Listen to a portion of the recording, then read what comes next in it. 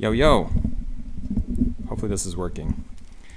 Sorry for the delay. I had to restart Adobe Photoshop, which everybody asks me what I use to color. It's Photoshop, and not necessarily because it's the best, because it's what I know. So hopefully everybody's having a good day. Sorry about the delay.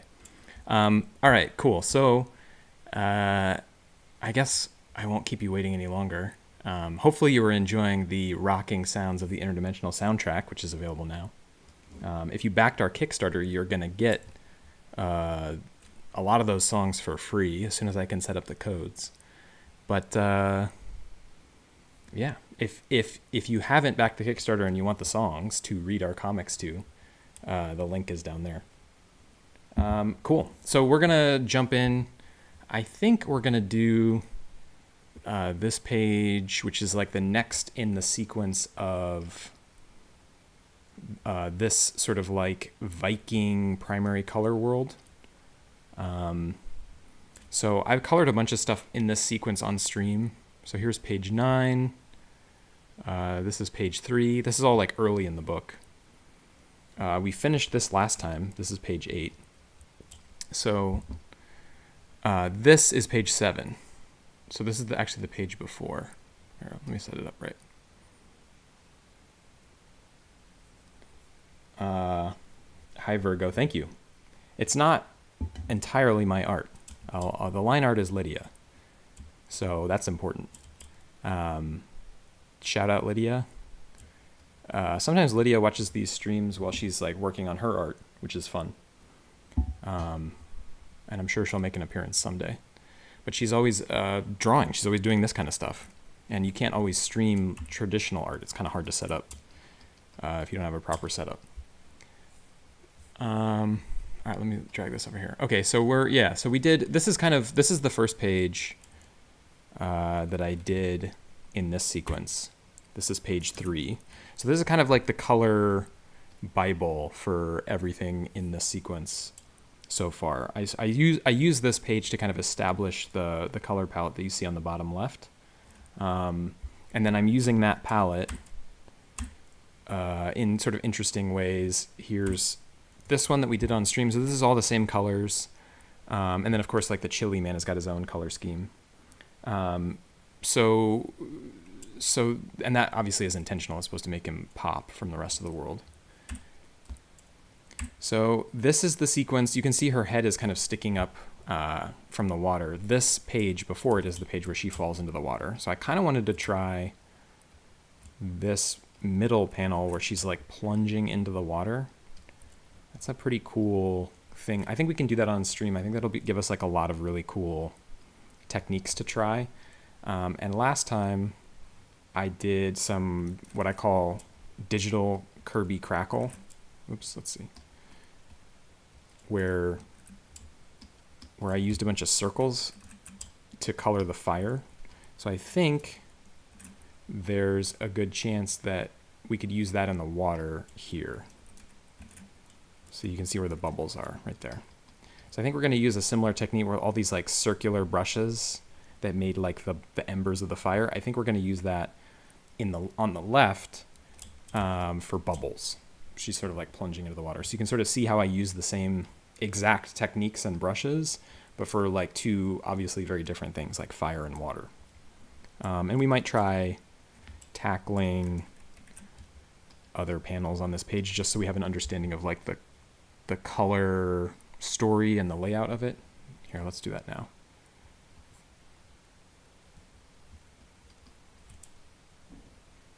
The very first thing you should do when you're doing a page is block out every panel so that you sort of know like what you're supposed to do, like what your overall composition feels like. The last time I was coloring this page on the right, I got through most of the page and then I had just forgotten to color this middle panel. And once I changed that middle panel to be this like burning fire, it sort of made me want to tweak the colors in the other panels for balance. So I'm not going to make that same mistake here. Oh, this is a fresh page. You're gonna see me make my very first color layer. So we'll call it panel 1. And then we'll make a layer for... I feel like these are just like emotion panels. Like the first two panels are just going to be, I'm just going to grab a yellow and put it in.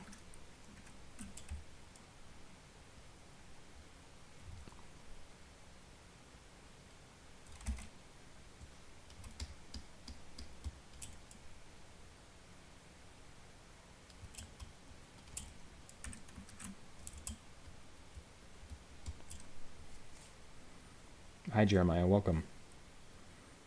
Is Lydia involved in other projects now? Yeah, I mean, she's always got like freelance gigs and stuff. She keeps pretty busy, you know, like she's a full-time artist. So when she's not working on comics, sometimes she takes like, you know, one-off illustration gigs or stuff like that just to like keep working. Because we don't publish like that often. So I don't think she's working on anything that anybody here is has heard of, but it's just a lot of like, you know, when you're a smart freelance illustrator, you find those little gigs along the way.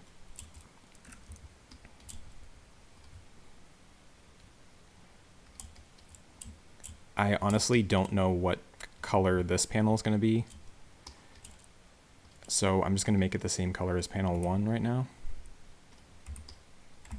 Just to get something in there. We'll figure it out.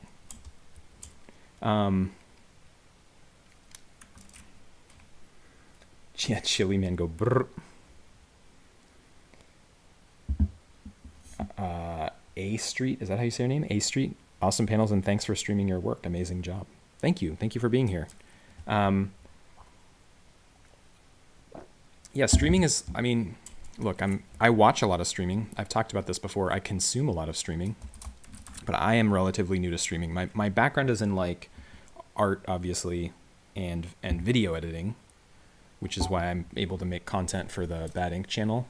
But streaming is much different. It's more like, you know, I mean, you're live, you're performing almost, and I don't have a lot of like theater or live performance art experience or anything like that. So I don't know. This is new for me. But we're figuring it out. It's fun.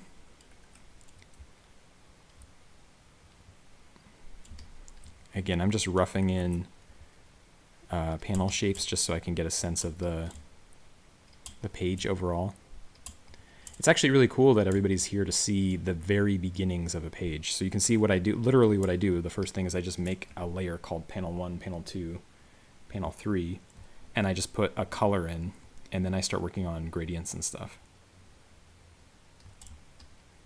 I don't know. I'm just going to steal the color of the sky for panel 3 from this page.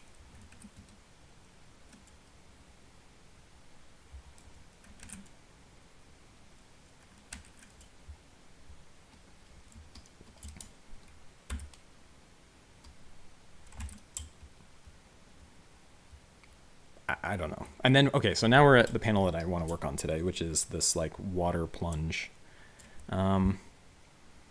So a lot of the water that we've done this sequence already is like purple or blue.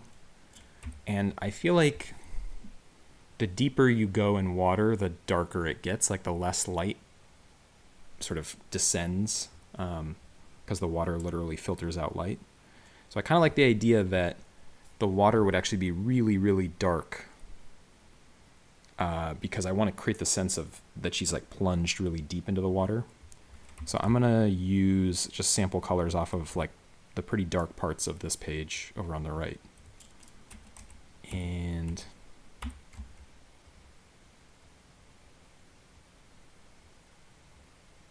yeah, something like that. Well, this is going to be like a stacked layered gradient.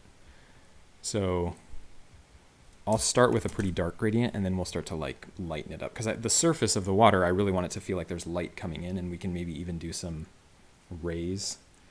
And then like break up those rays with like the bubble circles and stuff. It'll be really good. It'll be really simple, but really effective.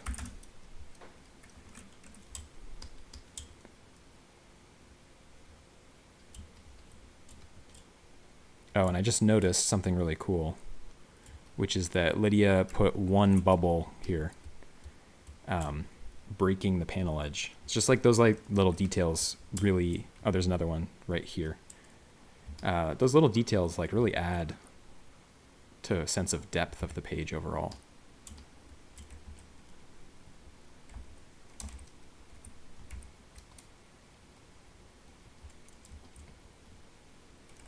Okay, so I definitely want the purple to be the deepest part of the water, because again, I want it to feel like it's getting really deep and dark as she sort of like plunges down. And then she'll be like a light blue, which will really help. Like, I actually want the background of this panel to be pretty dark, because I'm going to make her skin probably like a pretty light blue, maybe this color here that I call Dream Light Cyan. It's in my swatches. And that'll help it feel like if her skin is blue for that panel, it'll feel like she's really icy and cold. And it'll also be a way to get her to pop off the dark background.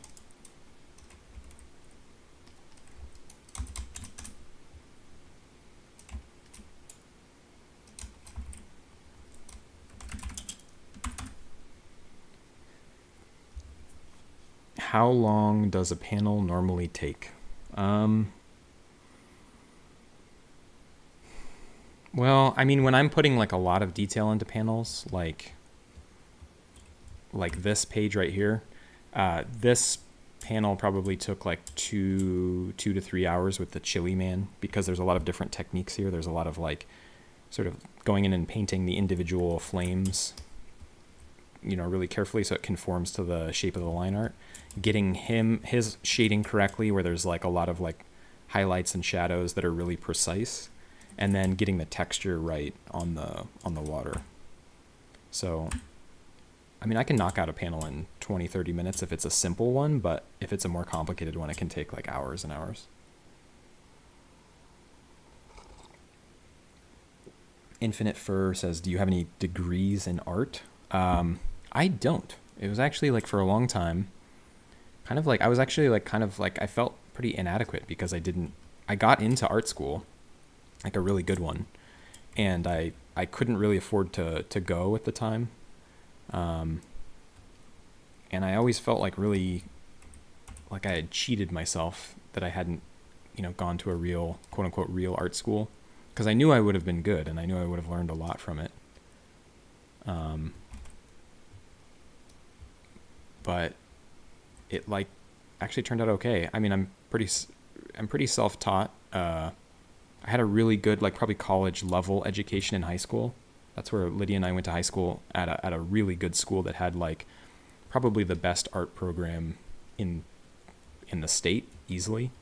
So I actually probably got a college level education in high school in like painting and drawing. And I thought I was going to go to art school, but then I don't know, it didn't work out. But here we are. It proves that you don't necessarily need a degree to have some kind of outlet for your art. Whether or not people think my work is good is, I don't know, is more subjective. Exclamation mark says, do you enjoy painting the panels? I don't know. Do I enjoy painting the panels? Sometimes I do. Sometimes I feel like I'm having a really good time. Like I get in the zone and I'm really like into it. And then sometimes, no. Sometimes I really don't want to sit and just be stuck at the computer coloring comics. And that's when it gets hard. Like when you're, you know, like now we've got all these Kickstarter backers. We raised like tens of thousands of dollars and we're like really on the hook for delivering this thing. And so you can't like just not do it. You know, people are now kind of depending on you to deliver something good. So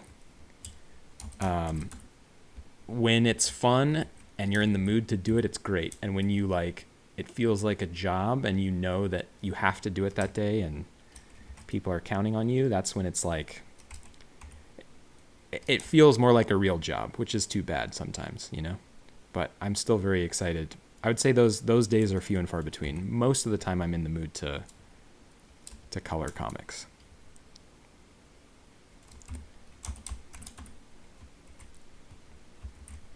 And I'm like very blessed to be able to do this in any way where people actually care. I joke about this all the time, but like the fact that anyone cares about this channel or like the comics that we make is a blessing, and I like really don't take that for granted. So on the days where I'm not in the mood to sit here and color and it feels like it's a job and it's a slog, like I do try to remind myself that like there is an audience for it, so it's not just like screaming into the void, you know? When designing characters, do you have set colors for them? Because the main character is different in each panel. I'm not sure how that works when going about coloring. Oh yeah, I've talked about this a lot. I think I made like a really important turn in my comic coloring when I stopped. Here, this page is a good example. When I stopped trying to be so literal with my colors, and that was something that I learned from actually the Hawkeye series, the Matt Fraction Hawkeye series that came out like 10 years ago now. I think it was like 2013, 2012. Obviously, like Hawkeye has like a very distinct costume, but and it's like this very distinct purple and sort of like magenta in the comics. But if you actually read that series, there's a lot of like atmospheric coloring where it makes sense in context. Like, you know, you won't realize that this is happening, but if you actually go into the pages and sample them, they've shifted the color palette. And it works because he's got such a distinct costume. Like he's got the sunglasses and he's obviously got like the bow and arrow and the quiver. And so Lydia does a really good job of designing characters that are distinct just visually regardless of color. So you can create what I call contextual color, which is like, you know, in these two panels, she's sort of like shadowed in purple here. And then in this panel, she's like brightly lit, so she's more blue. Like there's nothing about this coloring that is correct to her outfit. Like the outfit, if this was for a major publisher, they would like give me like a character sheet that would like mark, you know, the color tables of how she's supposed to be colored. But when these characters go into different situations and different lighting, you can like push, in my opinion, you can push the colors really far and get them contextually correct. So if they're backlit, you shadow them. If they're lit by a blue light, you make them blue. And because the character design is so distinct, you're sort of clear that it's her the whole time, you know? And that inconsistency and coloring more for emotion and dynamic color range, like that's, I think, the step that unlocks like more professional level coloring. When you stop making everything so literal and you stop like obeying your own character color charts every panel, it gives you more interesting lighting. Virgo, you're very emphatic about how good the art is. I appreciate it. Again, this is not all me. A lot of this is Lydia. I just am doing the coloring book of Lydia's art. She's the real, you know, genius of this. She can actually draw like people and character expressions and body language. All right, so I think that we have to. So you have to be careful you don't get too expressive. You do have to like bridge your colors narratively. So in this panel, she's like plunging into the water and it's getting really dark. And then in this panel, she's like bursting out of the water.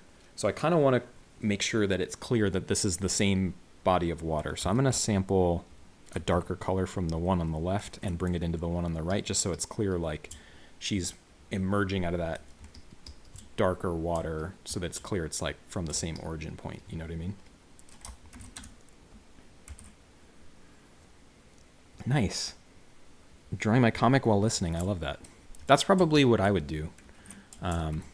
If I were watching somebody make their comic, I'd probably have art open myself.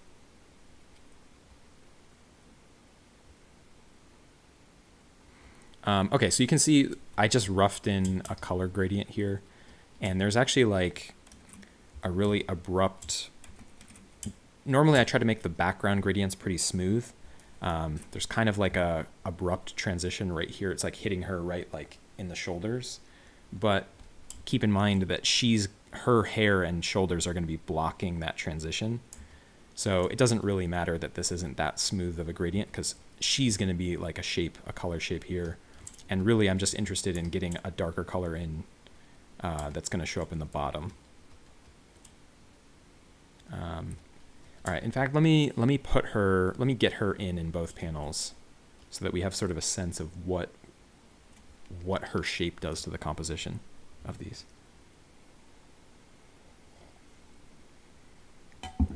All right. So I'm just going to use, like I said, again, I'm inspired by this page here.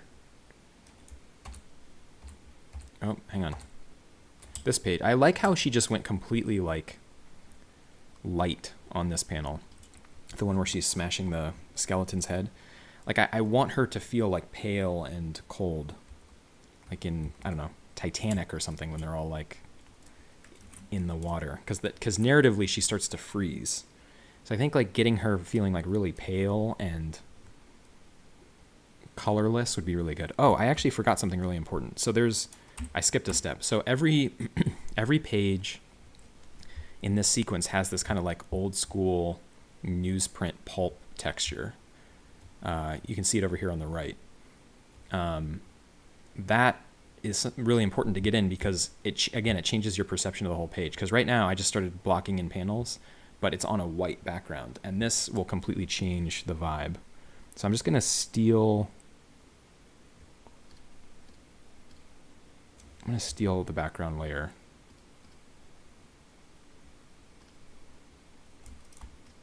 There you go. I'm just going to drag it over. Yeah, that's a lot better.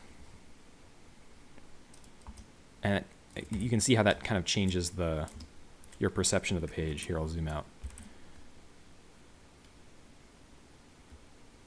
We just got to line it up.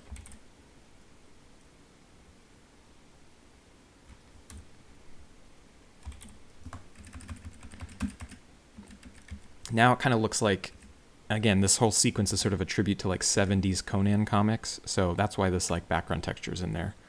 It's sort of like a tribute to that era, that kind of like pulpy, worn paper texture. It also does a lot to help with the overall color vibe of it. That turning the background of the page from white to cream kind of like makes a lot of the other colors in this palette work. And it sort of just gives it some character. In addition to being like an obvious tribute to a certain era, it also works like color-wise.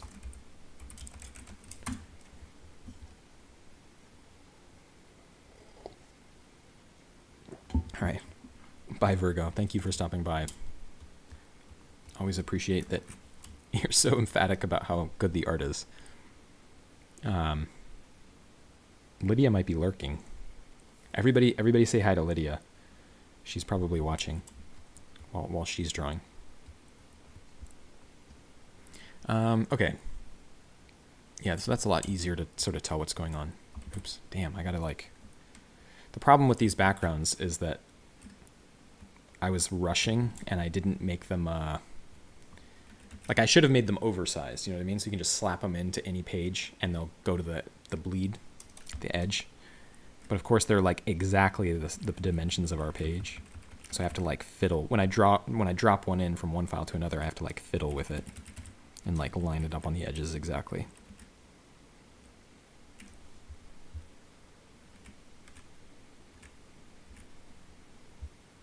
Okay, cool. All right, so there we go. Now it's looking like 70s newspaper pulp texture, which is really cool. So without it, it just kind of feels like, I don't know, like a generic modern comic. And just throwing like a little bit of texture or color into your background of your panel gutters, like it really helps.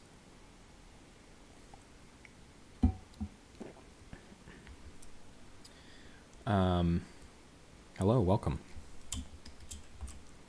All right, so yeah, let me get her in here.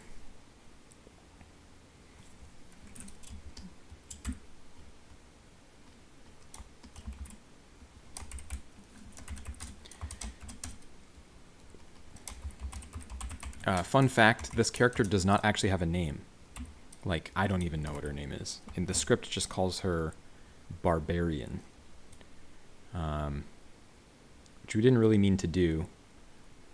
But it's sort of, I don't know, like the man with no name in like Clint Eastwood's character in The Good, the Bad, and the Ugly.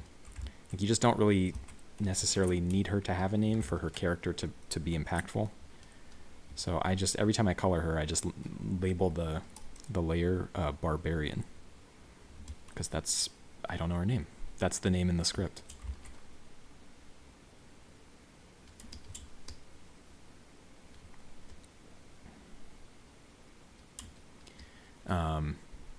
This is such a good example of like well executed anatomy.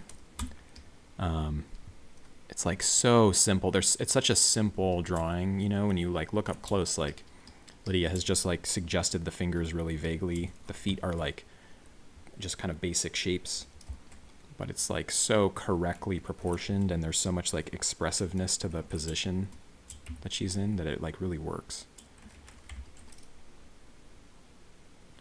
So a lot of the coloring that I do on these kinds of simple expressive drawings is like, I try not to overwork the colors because it's not a super detailed figure, and that's why it's good. That's why it works. I try to keep the colors like pretty simple and expressive, and just like honor the simplicity. You know what I mean? I think honoring the simplicity of the drawing is a sort of a hidden art in comic coloring. I think recognizing what the artist was trying to do and then executing on that is like a really important part of comic coloring. It's not always about bringing the, you know, your exact same style. Like a lot of people who color comics a lot of people who start coloring comics think you have to have like, okay, I'm going to apply my style to put my signature on this work. And it's really, I think, about honoring the intent of each panel, because there's different levels of rendering and different amounts of detail on each panel that the artist intended, you know? So you have to kind of honor that.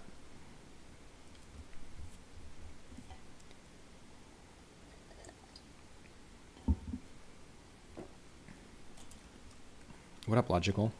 Practicing drawing hands while watching. Recently got introduced to your art, and it inspired me to get into art and storytelling again. Again? Oh no, you stopped? It's cool that you're back. You're back at it. Thank you for being here.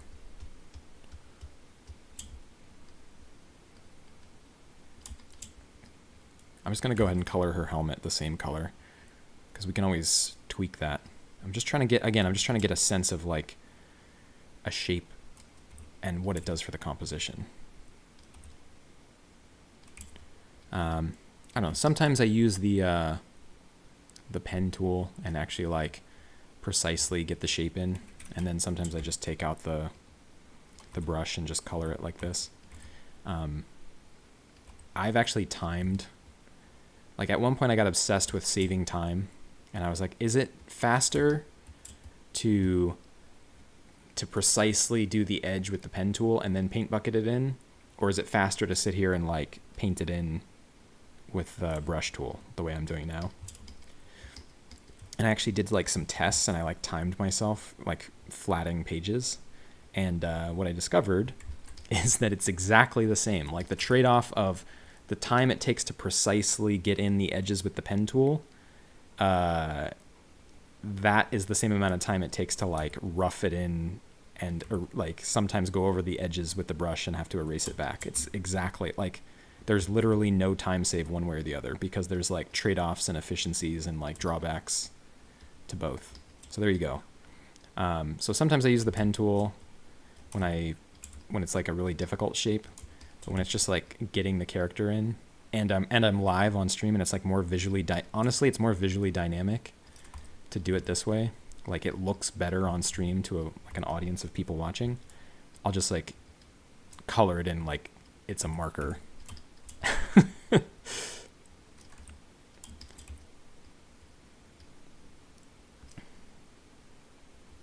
Yeah, I at one point I got obsessed. I got really obsessed with like trying to be as efficient as possible, because I hate flatting. Like flatting that's what we're doing now. It's just like roughing in the shapes. I hate flatting more than anything. It's so mind numbing. And like, but at the same time, I can't do what a lot of colorists do, which is have, outsource the flatting, because I am so reliant on the flatting to make color choices. Like this is the moment when I decide what color things should be. And if somebody else flats it, I have so much trouble understanding like what the plan is. If I get flats back from somebody and they're like just a bunch of random colors, which is a great way to, rough out the shapes and make sure you can easily like magic wand stuff and work quickly. But if somebody gives me something with a bunch of random colors, like my brain just shuts down and I can't understand like what the color story is. So I kind of have to do my own flatting to be able to like really get a sense for what the plan is, what the composition is, like what the color stories are, what they're doing for you emotionally.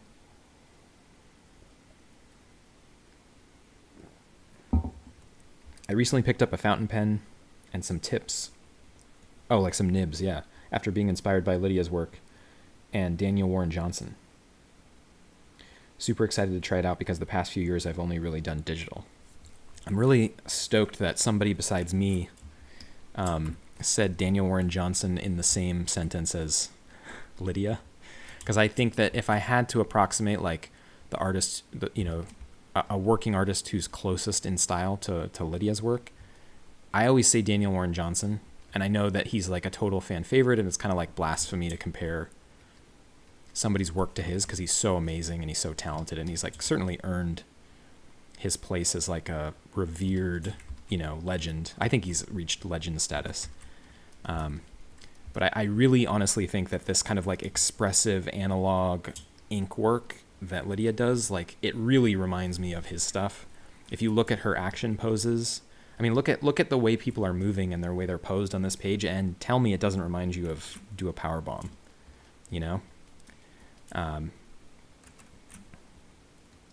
So I think there's a really interesting thing that's happening in comics now, which is that we had kind of like a really heavy digital era that started in, when comic coloring turned digital in the late 90s, early 2000s. And then a lot of people started inking digitally, and like there's some really amazing like ink brush simulation brushes. Like a lot of people use like Procreate on the iPad, and they'll use like the True Grit Texture Supply I think they're called the Rusty Nib brushes. And they look great.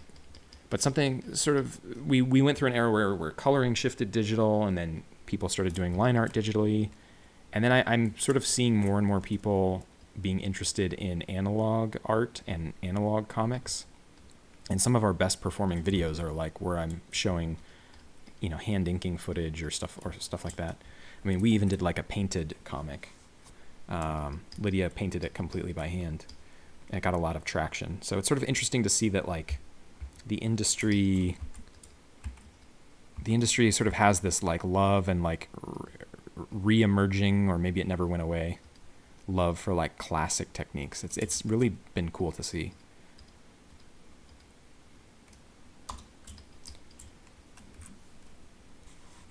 All right, so I'm not really sure. I might have just done too much hair over on the right, but we'll worry about that later. I'm just trying to get the shapes in.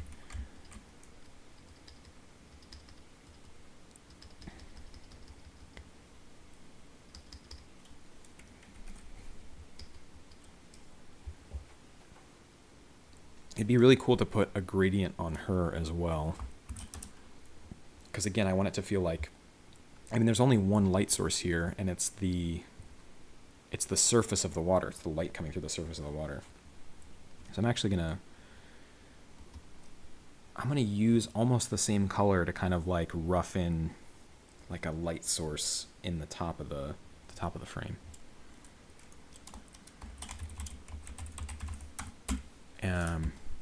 And first we'll just start with a soft brush. Kind of just give me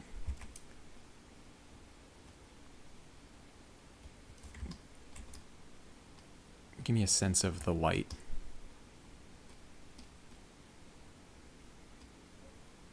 That's too bright, I think. I'm just going to lower the opacity. Again, I'm just trying to get a sense of how it feels. We could flip through some blending modes on it. I mean, it's not bad when it goes to that kind of more like teal color. I think that's kind of nice. We'll start there.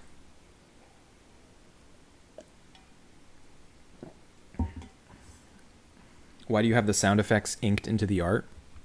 I made a bunch of like shorts, a lot of content about this, but we sort of have this mentality that the sound effects are, you should treat sound effects like art, like the art of typography. And when you account for them in the art stage, when the artist draws the typography, it forces you to account for them in really interesting ways, and it creates like, it gives you the ability to create more dynamic shapes that like wrap with your art. I think this is a perfect example of it. If Lydia had just drawn this character breaking the surface and then it was up to me to drop digital lettering over it, I don't know that I would be able to like match her expressiveness and style this well. Like, I think it would start to feel like I'd layered digital lettering over top of the panel. But when it's like baked into the art, it feels like it's part of the world, you know? And like your characters can interact with it. There's little things too, like she's got the water droplets flying up over the typography. It just gives it more of a dynamic, you know, visceral feel. A lot of that is inspired by like 90s manga, like 80s and 90s manga, where they obviously like used less digital techniques, and they would put the characters of the sound effects, like the kanji, I guess it's called, right, into the background, and like it would be hand done by the artist. It just felt like dynamic and real. It's really cool.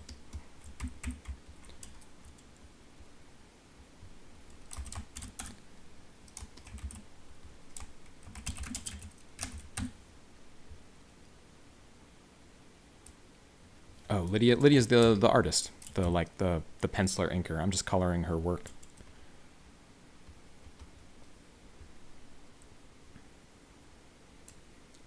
Yeah, you just want your again. I think you want your sounds. Like, if you're gonna use sound effects typography in a comic, I think you should embrace it as its own art form. You know what I mean? Like, typography and calligraphy are such like an art in and of themselves. I think you should bring that kind of mentality that it is its own art form, and you should really embrace it and make it visible and make it big and make it like expressive. You know, you should make your typography feel like it's comic booky, you know, and not try to hide it or make it too small.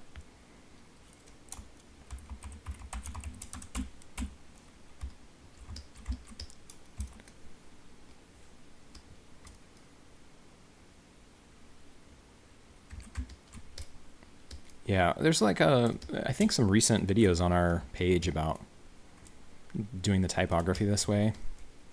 And there's a couple times when I actually like redid the sound effects the way I would as like a digital, because no shade to digital. I work digitally. I do all the coloring digitally, and I letter the dialogue digitally. And I've done videos where I redid some of her sound effects the way a digital letterer would, and even when I like really try, I just don't have that kind of like dynamic quality that matches her original vision. You know what I mean? Like, this is off the same pen that made these lines, so you know, it has that same rough quality, it has the same thin to thick quality. It's just sort of like unmatched, you know?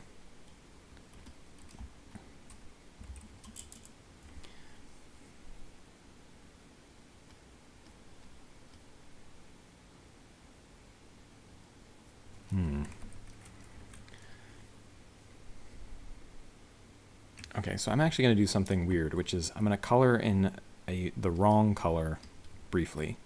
So you can see that her head is like turning into the exact same color as the background. And oh, thank you. You just got a new subscriber? All right. Thank you so much. We're well on our way to 200,000, which is absurd. So thank you and welcome. I hope I'm saying your name correctly. Kaitumo?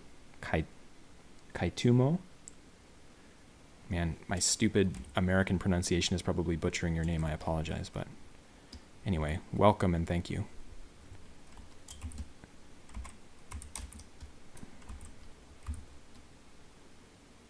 I forgot to put the subscriber count up on the screen. You'll have to forgive me. I did that just because we're so close to 200,000, and I wanted the chance to be live when it flips over to 200,000. I thought that would be fun, so I put it up on the screen. It's so absurd that almost 200,000 people follow us.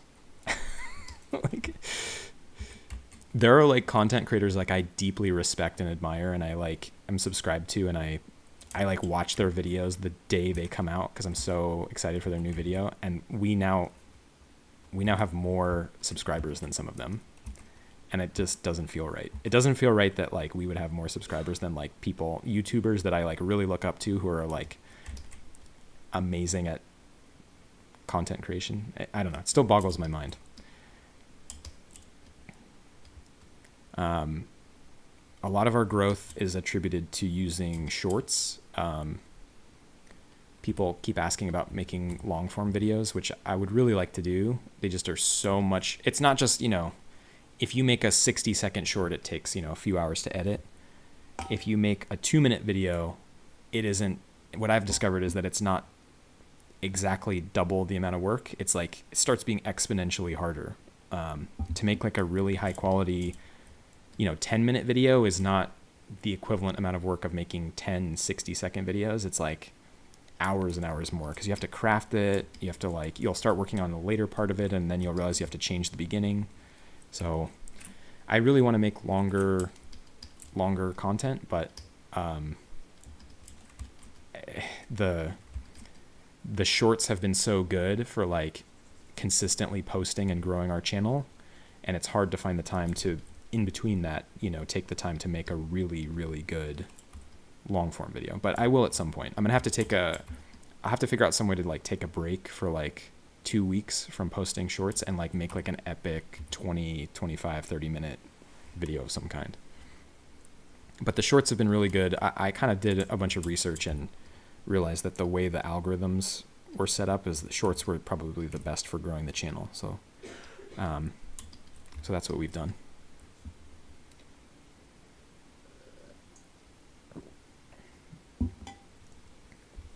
Hi, is your name pronounced Mordecai? I love that.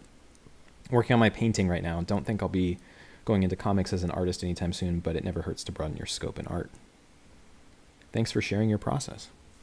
Man, that's awesome. I really do agree with that. Like, I don't think that you have to. I think it goes the other way. I think a lot of people who just do comics like only study comics and comic techniques, and I think more people who do comics should be studying painting and following people who do painting, because I don't know, just so much of what I know how to do digitally on coloring comics is from drawing and painting, is from like classic analog art classes. Without that foundation, I don't think I would make choices the same way. I don't think my stuff would be as good. I think if you only study one medium, you kind of become a cookie cutter version of that medium. You don't create anything like that's groundbreaking. So I think it's cool. I think it's most important for comic artists to study fine art. But I think it's cool that it goes the other way, that somebody who doesn't do comics would be watching our stuff.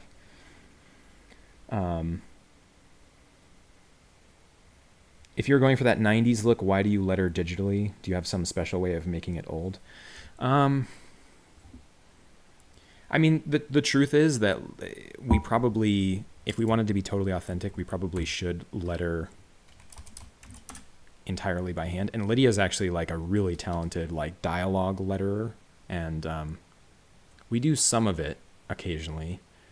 But the truth is that I'm the writer, and the way our process works is it's kind of like the old Marvel method, where we have a lot of trust. Like, we've been working together for a long time. So if Lydia just makes something up, like she'll just add a panel sometimes, or like even add a page. Actually, I think this page right here, this one, nope. Oh, we got to flip through them all. This one was not in the script, I think. I'm pretty sure that like when I wrote the script, this page wasn't in the script, and Lydia was just like, hey, is it okay if I add like a cool skeleton battle? I was like, sure, that's cool. So a lot changes between the time that I write the comic and get the pages back, and a lot of times I need to have the digital flexibility of like changing the dialogue or adding a lot more dialogue. Like if Lydia tried to bake it into the pages while also changing stuff, it would be really hard for me to kind of like tweak the dialogue. I do a lot of, the script changes significantly after I get the pages back because I see the way she drew stuff, the way stuff like the pacing changed, and I'll like refine the story on the page. So I kind of have to have the digital flexibility to like drag and drop and move stuff around. So our authenticity falls apart a little bit at the lettering stage, but at least we can do all the sound effects by hand. You know what I mean?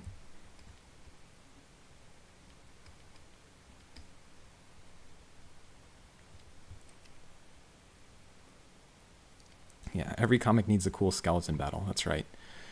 We really haven't, up until now, we've only done like sci-fi, like pretty classic sci-fi stuff. Like we did like a kind of a Ray Bradbury style story, like Twilight Zone style story. We did like a Mad Max, like Tank Girl, kind of punk rock 80s sci-fi story. But we really haven't like kind of shown our fantasy classic sword and sorcery influence until this issue. This one's been like a really fun way to show both like the sci-fi and the like Conan, Robert E. Howard kind of influence, which is like a big influence on me. Those like pulp stories from the 1920s and 30s, those like original fantasy stories, and then obviously Lord of the Rings, and Dungeons and Dragons. Dungeons and Dragons is all over this, like original AD&D.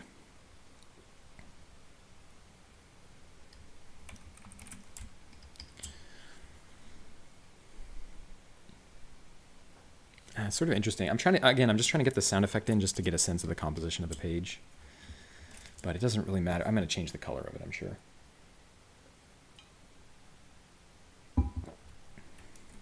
Because, again, I know it's weird, but having this shape blocked out on the right here, this like these big letter forms of her screaming, it's going to like really inform how I do the panel directly next to it. Because again, I'm like really thinking of the composition of these pages as like something overall, you know?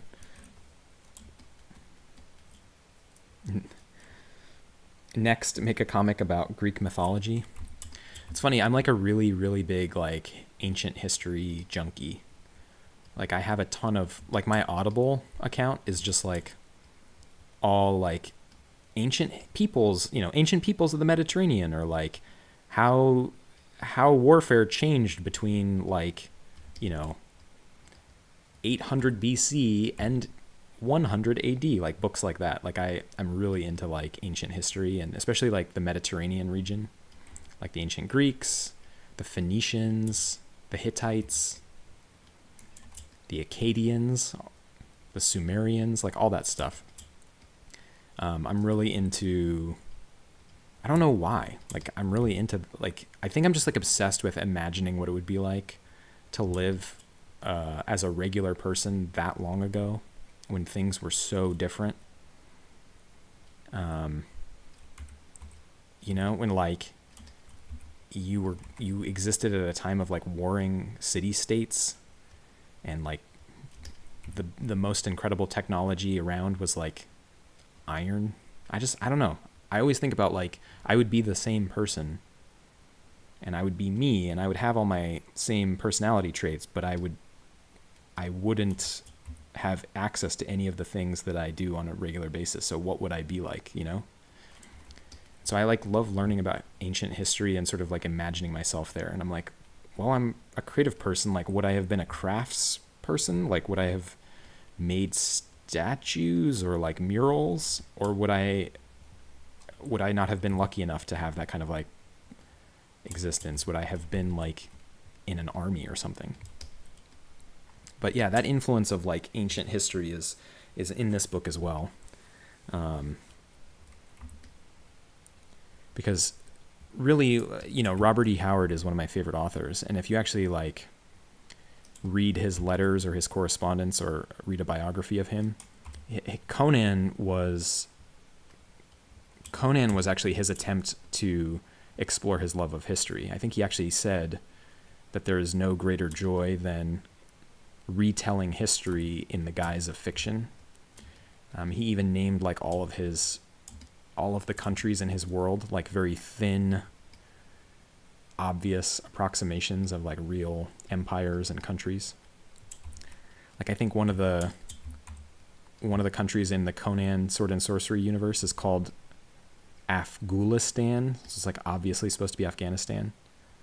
So a lot of that influence on the original Sword and Sorcery was just history. And so I think that carries through to that classic Conan style Sword and Sorcery, and it carries through to our work.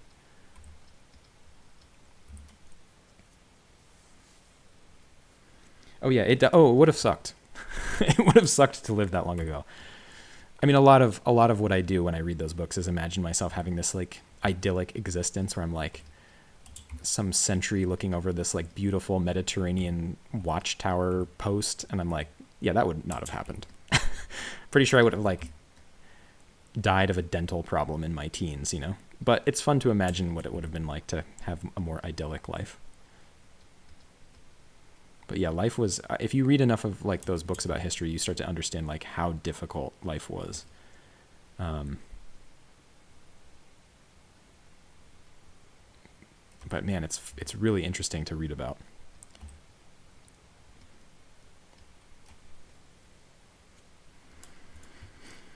For the whole comic, did you just first make a color palette and then just stick with it? Yeah, I did actually. And that's really hard to do, but it's a really effective way of like uniting the look of your book. So, because this, believe it or not, this page is these colors on the left. So I know that if you just look at if you just look at my palette on the left, I think there's like, how many colors are there? 1, 2, 3, 4, 5, 6, 7, 8, 9, 10, 11, 12, 13, 14, 15, 16, 17, 18, and then there's a couple greens on him that aren't in this palette. So it's like 20, maybe 21 colors. So if you just look at a 21 color palette, it doesn't really look like, it looks really limited, but if you actually look at this page, I think it proves that there's like quite a lot of variation. And that's what works about it, is like 21, 22 colors is a lot more than you think. Like when you're a kid and you get like the 24 Crayola crayon set, you're like, oh, I wanted the 64. But I'm using like less than 24 colors, and it actually really works.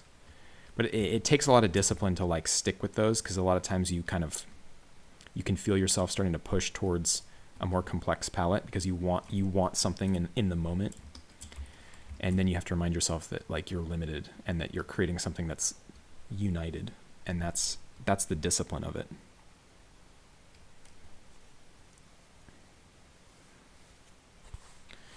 Oh, Merry Christmas, Guitar Zero. Just wanted to say thanks for the inspiring videos. I'm learning to draw in the hopes of making my own comic. Yeah, I don't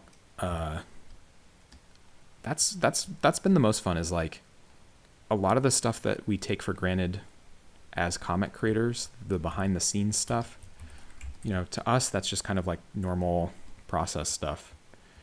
And it's been really fun to kind of just like make videos about random parts of the process and realize that it's interesting to people.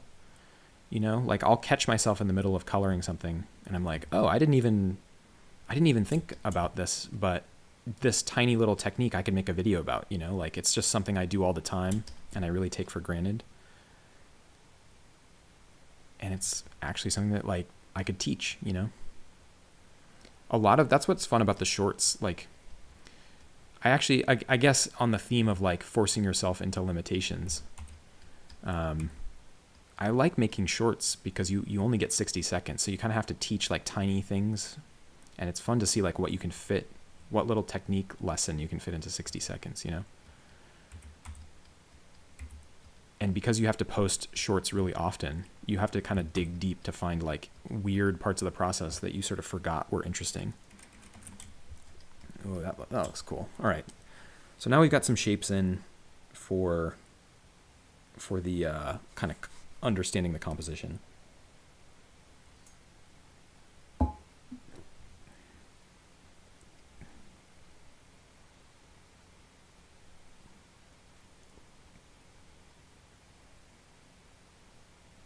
All right, let's see.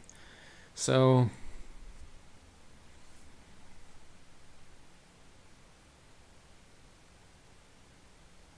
I think for sure we're going to be doing some stuff where the bubbles we actually color the lines around the bubbles a little bit. Like I think we kind of want to lighten the bubbles up a little bit.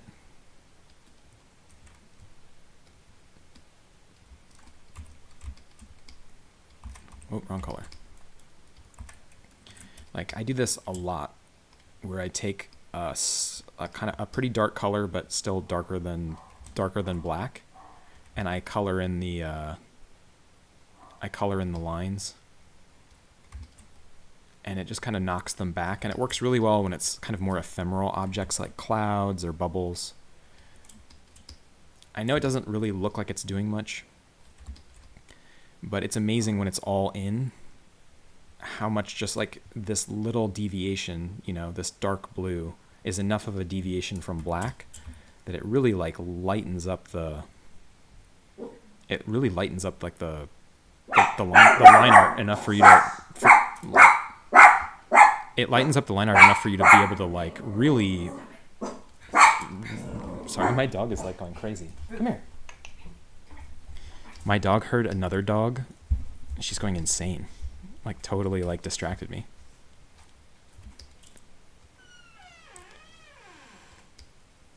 But yeah, just this little shift of like black to darker blue. We could probably push it even further. It really changes your perception of it. And again, if it's like clouds or water, it like really helps.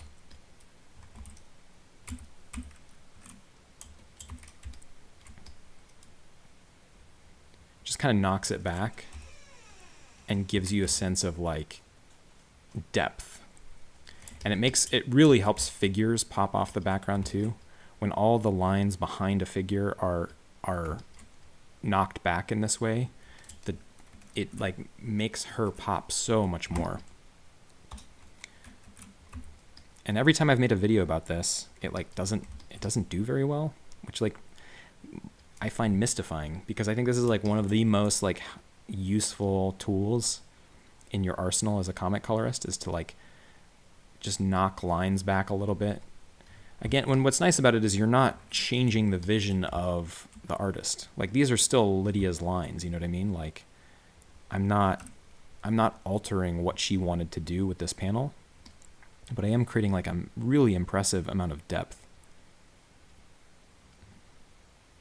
Yeah, every time I make a video about this, it like doesn't do that well. People skip past it, and then the algorithm is just like, no. I'm like, all right, guys, whatever.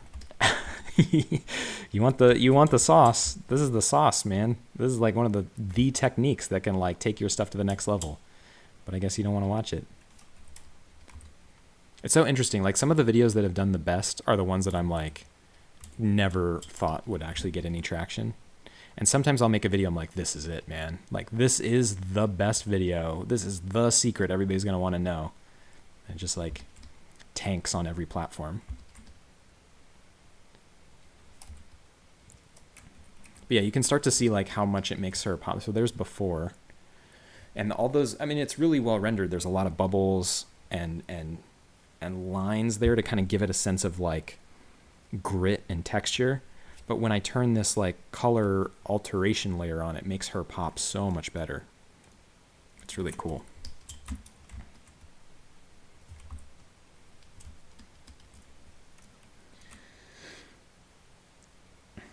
Have we ever gotten fan art? I don't think so. That's what's so weird is like, I don't know.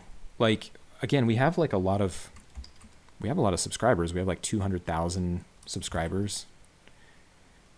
but it happened so fast. Like, we're not that established in a way where people are like drawing fan art of our characters. You know what I mean? Like, I still feel like people are discovering us versus like, you know, our stuff is established in a way where people are going to like remix it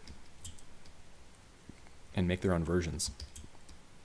To give you a sense of how quickly our channel has grown, the very first video that I posted on our YouTube channel was March 2nd, 2023.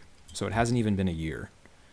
So a lot of people like follow us, but maybe still haven't, you know, it's only been like 9 months or 10 months or whatever. So a lot of people follow us, but maybe haven't actually delved into our comics yet. So that kind of like translation to people like actually falling in love with your characters enough to draw fan art, like I don't think that's happened yet, but it probably will. We just started selling more originals though, I noticed. Like for a long time we would list originals, or we would bring original pages or original pieces. Like Lydia would bring portfolios of originals to cons. And for a long time, like they didn't move. Like nobody had read our comics, so they didn't care about the originals. But I've noticed that like recently that's changed. And people have been asking for our stuff to be signed more. So there's some kind of momentum. I'm sure that'll result in fan art at some point.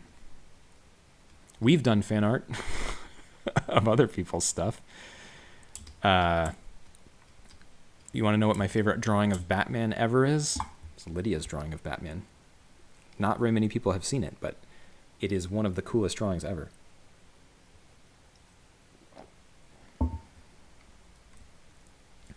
Do we have the comic available for sale? Well, yeah, we will. So we're sort of at a weird point where we sold out of like every copy of the comic on our web store, which was awesome. And then we just did a Kickstarter for this issue, which I'm working on right now, and then reprints of the first two. So once the art for this issue 3 is done, we're gonna do a huge print run where we reprint the first two plus do the first printing of issue 3. We're gonna mail out everything to Kickstarter backers, and then we'll list the remaining copies in the store. So our store will be restocked at some point, but first we have to like fulfill Kickstarter orders. The Kickstarter went crazy, like hundreds and hundreds of people. So as soon as those people get their stuff, we'll put all the leftover stuff. And we raised enough money so we can print like a lot of extra copies. So there definitely will be like tons of comics and shirts and pins and stickers and stuff like left over and in our regular web store.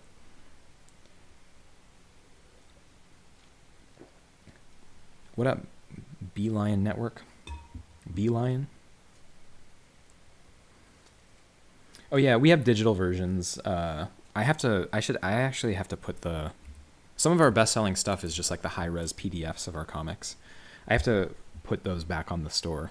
The first two, there's no reason not to have those PDFs up on the store. And yeah, a lot of people international, like who buy our stuff, go for the digital because it's obviously like a lot cheaper.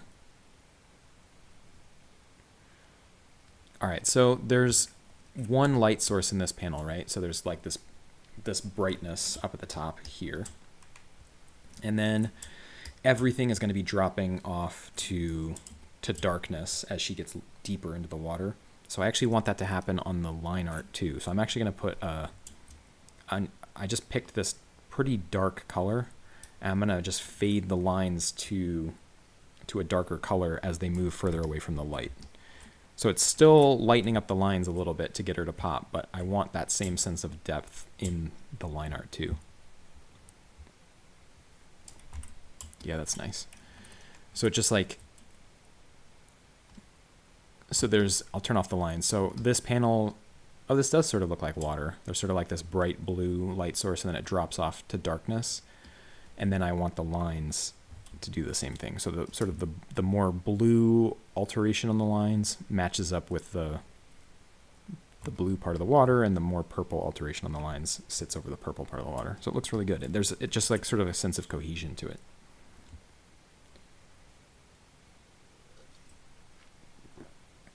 How much does it cost? You mean like to print? How much does it cost to print comics? Well, let's see. I don't mind talking about it. I'm just trying to make sure I give you the right answer. So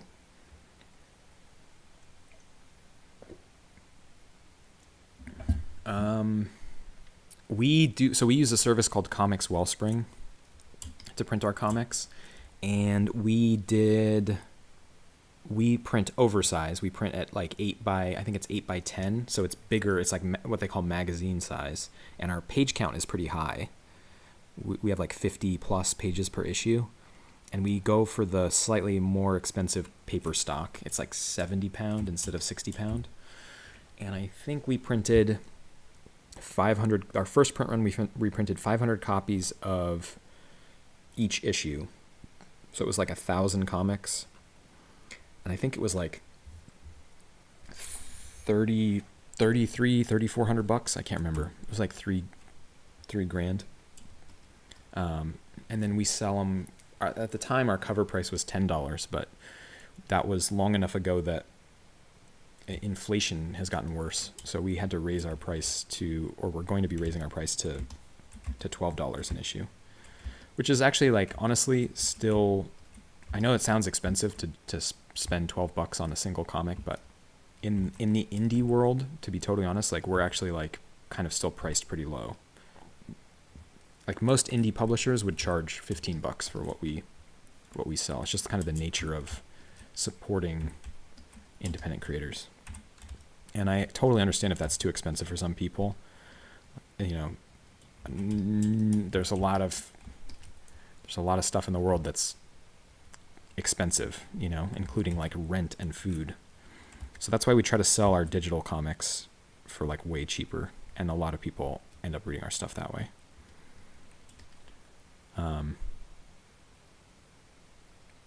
I don't know.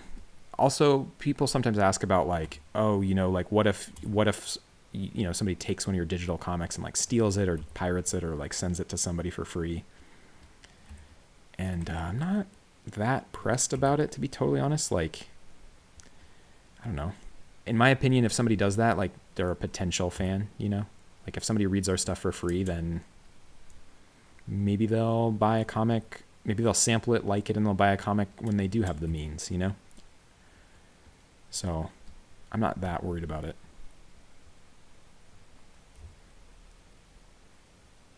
Oh, nice. Welcome, Egg Spring Rolls. I like that name. You're here. Oh, nice. Philman X, you're a comic colorist yourself? Man, that actually makes me nervous, because I'm like, oh no, what if I say something wrong? Like, what if I'm coloring something and like say the wrong thing, or like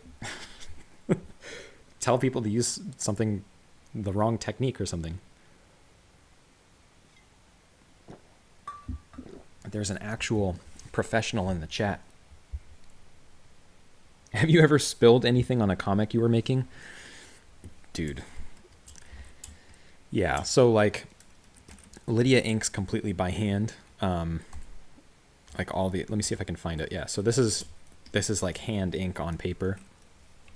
And man, when you've got that open ink bottle like hovering over your page, like everyone who's done this has like spilled ink on their page, and it is just like catastrophe.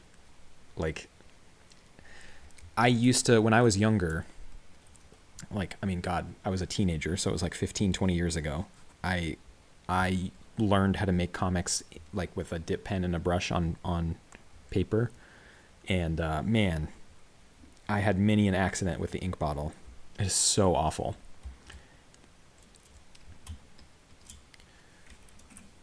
All right, so here you can see kind of like what happens. She starts to like freeze. This is the kind of like the end result of her. So she plunges into this icy water, and this is kind of like that. I call it the Titanic effect. It's like the Leonardo DiCaprio frozen face, like frozen hair, frozen eyelashes. So again, like this is the final result of freezing in the water. So I want to like maintain a sense of cold in these panels.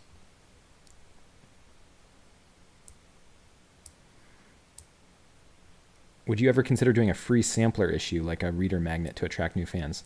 Yeah, that's a really good idea. We've talked about it. Yeah, the ink. The ink bottle is so scary, man. If you do calligraphy or like anything like that, you definitely know the pain. All right, let's do some bubbles. I'm gonna color her. I actually think she would end up being more backlit. I was gonna try to make her light, but I actually think the secret to this panel is that she's fairly backlit, I think. There's one light source, it's directly above her, and the camera is kind of gonna make her feel backlit. So, and I want there to be a bunch of light colored bubbles, like bright, like almost white round shapes everywhere to create the sense of like the plunge into the water. And I think to get her to pop off of that, she's gonna end up actually being darker. So I'm just gonna pick a color now, or we'll just try some. Man, there's so many ways this could go. It's going to be tricky because she still has to pop.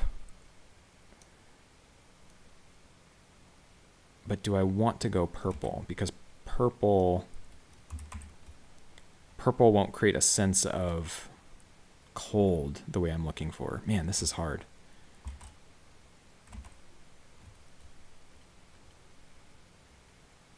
All right, we'll do that.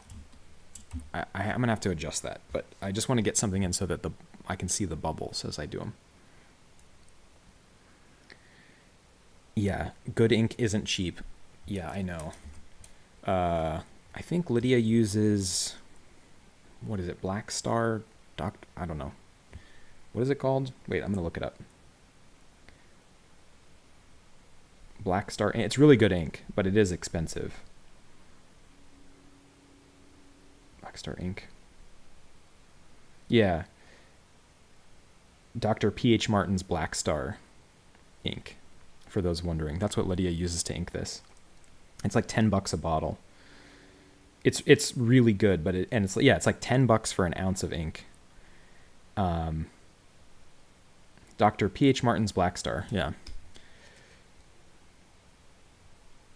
It's really good ink, but it's expensive, and if you spill it, it's like, oh God, like I just literally spilled a liquid more expensive than like, you know, like you feel the pain of filling up your car, right? It's like expensive to fill up your car with a tank of gas. It's like, imagine a liquid that costs like 100 times, that is 100 times more valuable. And you just spilled it on your desk and you have to clean it up.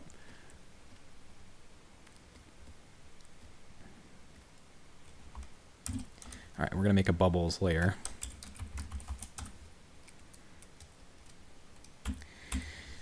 All right, so for the bubbles, we're going to do what I call digital crackle. That's a name. I patented that name. I trademarked that name. You heard it first here.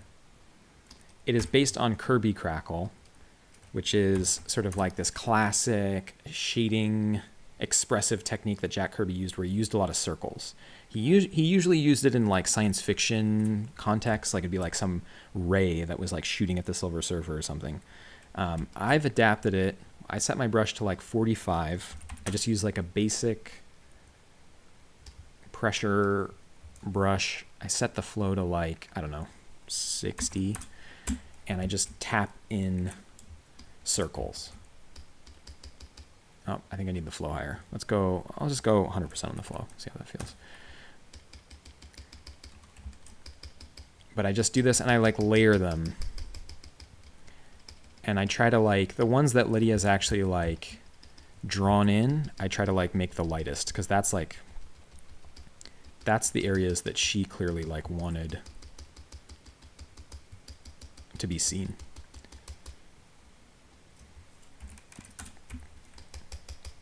And so my idea is that there'd be the most amount of bubbles near the surface, because that's where she impacted.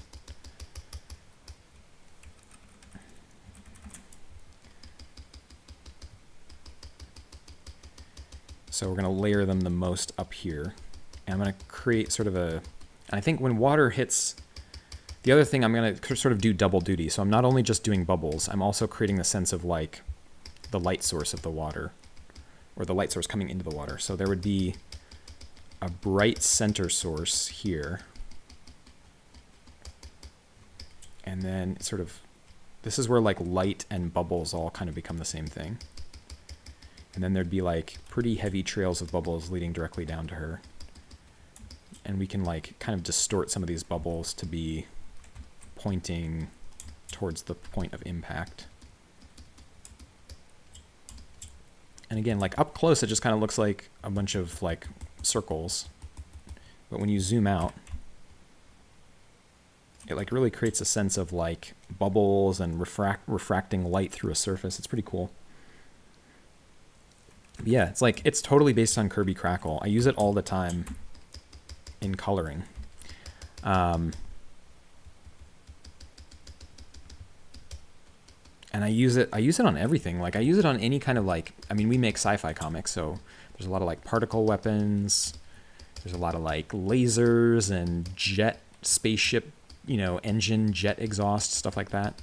But I also use it on fire. Like it looks like embers coming off of a fire. I made a video about it, but I used it at the base of a waterfall, like a waterfall hitting like a river.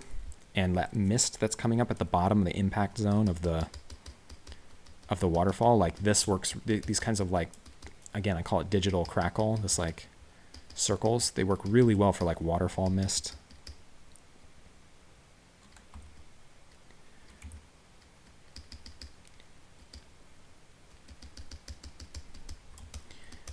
And again, I want the brightest part to be this like light source of the light coming through the surface of the water. Yeah, it's cool. It's working. It's sort of working. I gotta kind of like keep refining it, but you can see how I'm trying to like maintain this idea of like bubble trails. Here, I'll turn off the lines. I really want this center part to be the brightest.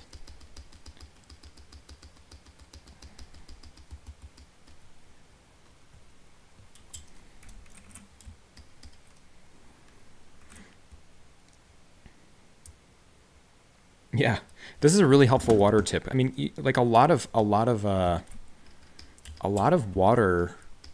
a lot of lighting in water is actually like particles and like rays. It's there's a lot of refraction and diffusion in water. So when you're lighting water, you sometimes have to like think about it very differently.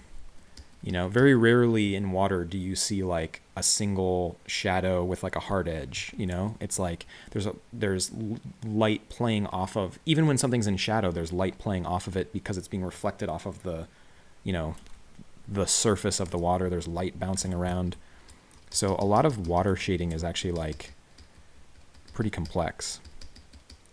And this kind of like, I mean, it's helpful that Lydia drew bubbles in here, so I have a guide of what to do. But a lot of water shading is tricky. It's more detailed than you expect. And again, I'm just gonna follow her bubbles. And she did such a good job of like having the bubbles come off of the figure.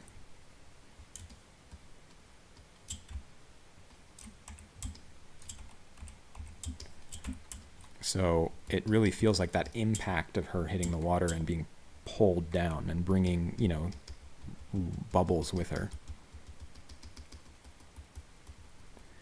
And I don't have to follow her lines exactly, but I am trying to kind of like, again, honor what she did. And I'm just continually zooming out just to check that, like, because if you stay zoomed in too long, you kind of get lost in what you're doing, and you kind of want to keep zooming out and checking to make sure that you are indeed, you know, creating an overall shape and not just a bunch of tiny shapes. Like this is in service of creating like a singular composition, you know. You don't want to just fill up this panel with circles because it won't mean anything. Have you guys made a comic between your first, Red Rats. I can't believe you know the name of that. Our very first comic was called Red Rats when we were like 15. Have you and Lydia made a comic between Red Rats and Interdimensional? There is a very secret project that no one has seen that we did in college that was in between our high school comics and our interdimensional work now. No one's seen it. I recently found the files for it from like 2007, 2008. I don't think it's ever been put online anywhere. So I might reveal that at some point. It's interesting. It's like, my writing isn't that good. That's Lydia's art has always been good, but my writing has, was not great. It was very teenagerish and angsty for a long time. So I would say the main thing that's improved in our comics is the writing. So it's kind of embarrassing to show the early stuff, not because of the art, but because of the writing. But yeah, there is a secret college project that we've never revealed.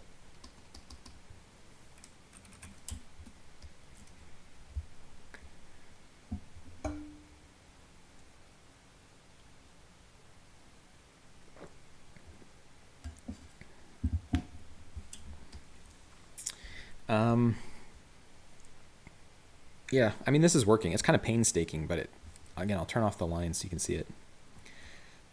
It's really cool. I feel like when I turn the lines off, it helps me see, like, I mean, it's kind of cool. When you turn the lines off, you can actually see the density of these shapes. And it's cool to see, like, it's a little bit more dense coming off of the helmet here. Like, there's like a sharper, bright trail coming off of the edge of the helmet. I feel like that looks kind of realistic. Like when something drops into water, it brings bubbles all the way down with it. So we kind of might want to get the bubbles a little bit tighter, like when they meet her body. So it feels like this sense of like she's really hitting the water with impact.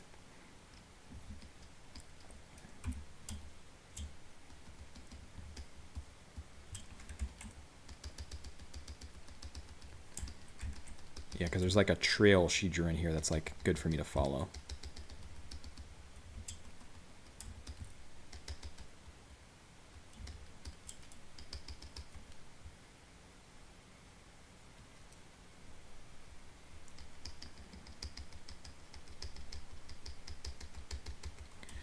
Yeah, just tapping in bubbles, man. This is the glorious high octane world of comic coloring, man. You just tune out and just your mind goes somewhere else and you just make bubbles. A lot of times when you're doing something like this, like a repeating pattern, or you're kind of like mimicking the same motions over and over, I find that I do tend to tune out.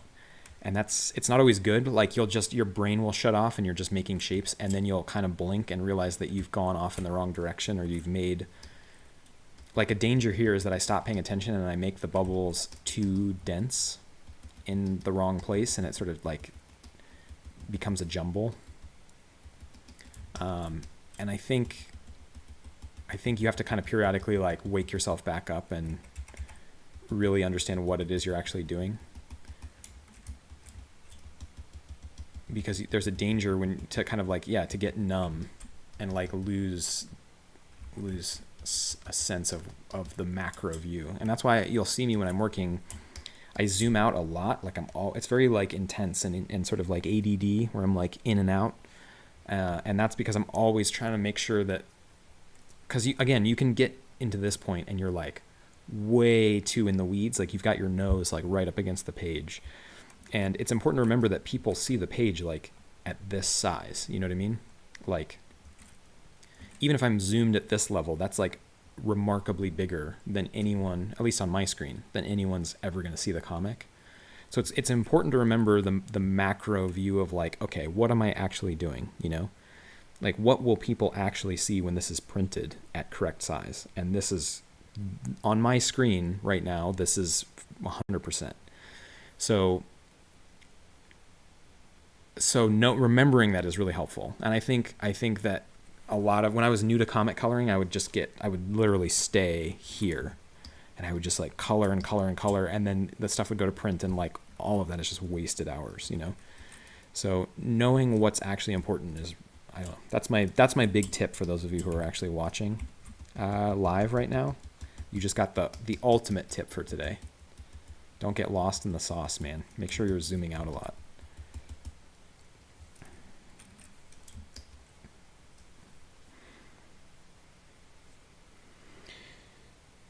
What brush do you use for the bubbles? This is a straight up basic, like hard round. I think it's called the hard round pressure brush. It's like the default brush in Photoshop. It's like literally just a round brush set to 40% opacity. And it changes a little bit depending on how hard I press, but like this is the most basic of basic brushes. The only brushes I use that are not default brushes are the halftone brushes that I use all the time for these dot patterns. And then I occasionally will use like like this kind of texture, which is not this kind of like speckle pulp texture. That's a brush. But for the most part, all my stuff is just default brushes. I mean, you can see here when I'm really zoomed in, like this is just basic like default brushes.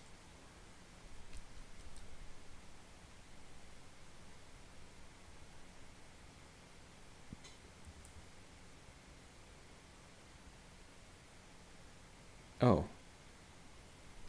Am I still live? Hang on. My internet just went weird. Okay, cool. Sorry.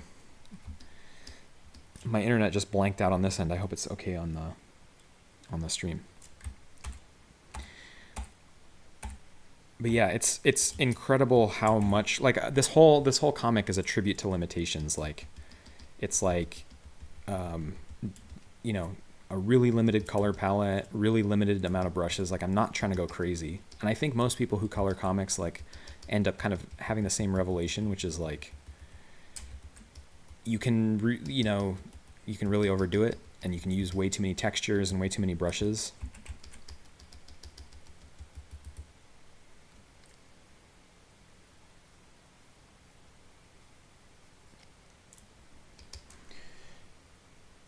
Something with clouds.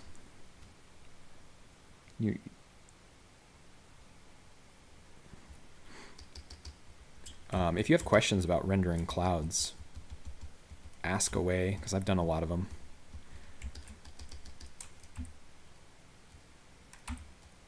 All right.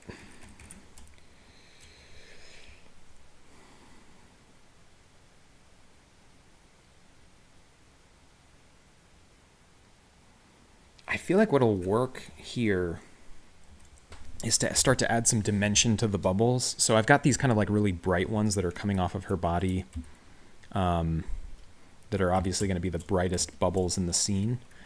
But I think it'd be cool to put some kind of bubbles, because you can see Lydia down here has really started to suggest some detail, right? So there's like a couple bubbles floating here, and then there's like some wavy lines. And I think we could actually create like a pretty cool sense of depth by doing the same thing with like larger circles. Here, let's just try it. So I'm just going to do some really rough, this is going to look weird, but we'll save it. So I'm using the same technique, but just bigger and with this like a different color to match this like purple background. And I'm just going to create kind of like some texture. This is going to look insane. Don't worry, we'll save it.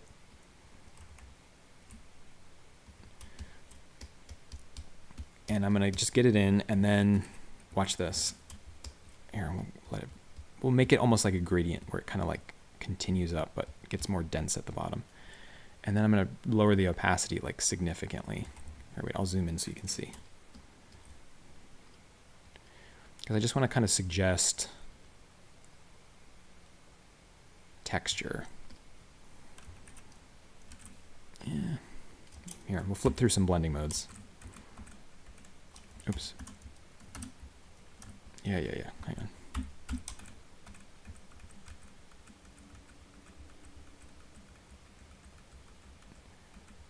I mean, there's a bunch of ways to do this. I could go lighter, I could go darker. All right, I think I'm just going to keep it on normal, but I'm going to really make it like, I want you to feel this more than actually see it. So we'll do that. And then over top of it, I'm going to pull some of the blue that's up here down into these kind of like wavy lines. But I'm going to do it with a halftone brush. So I'll show you the halftone brushes I was talking about.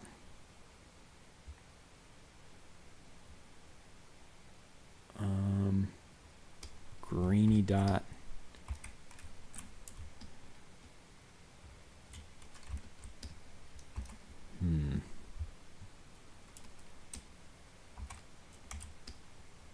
Okay, cool. So these brushes are cool because you can like change the size of the dots. So I'm going to do like 30%. Yeah, I like that. That's cool. And just for now, I'm going to set this to multiply. I don't know if this is going to work. I'm just taking a risk here. Oh, see, the problem though, man, I really actually like this. Like, this is going to work. But the problem is I've got it almost exactly the same color as the line art. So you can see how much depth and like texture that adds already. But it's almost the exact same color as the line art, which I don't love. Like, I don't like when the coloring... And you have to be really careful with these halftone brushes. They can like turn into the same... They can really muddy up your line art if you're not careful. Because they should just be about texture, you know, not like competing with the ink.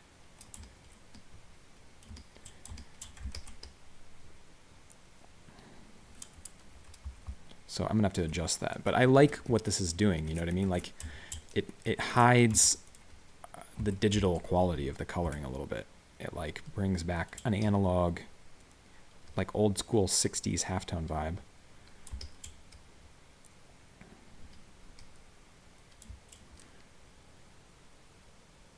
Yeah, the layer just called AUG.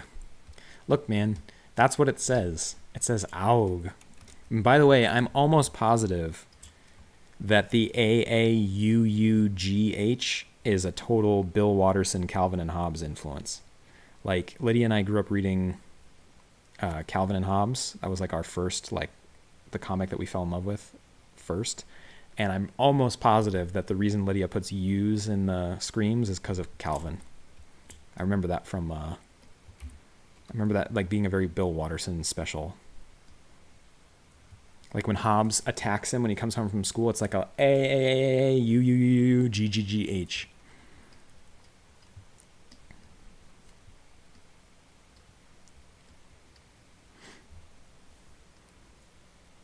All right, good night, Moth Spirited. Thanks for coming. All right, so yeah, let's see what the halftones can do. Oh, they're not bad light. But I like using the halftones to create a sense of darkness and depth.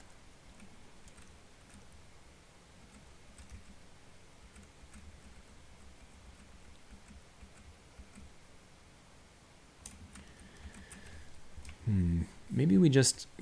I think maybe as we get deeper, the lines could just go back to black. So I'll do that.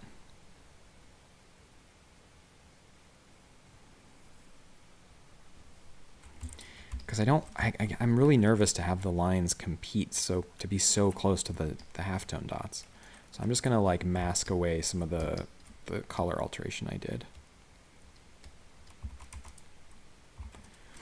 This is subtle, but these kinds of subtle things make a big difference. Like a lot of what I'm doing is trying to maintain contrast.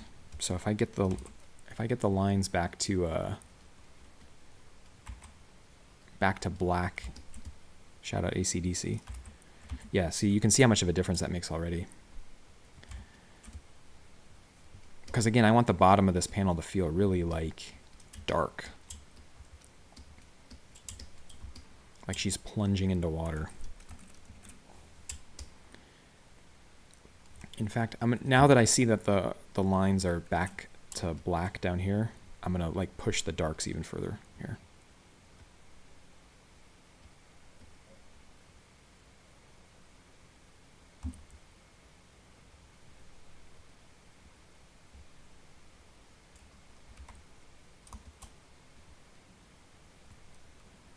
So let's go like really dark.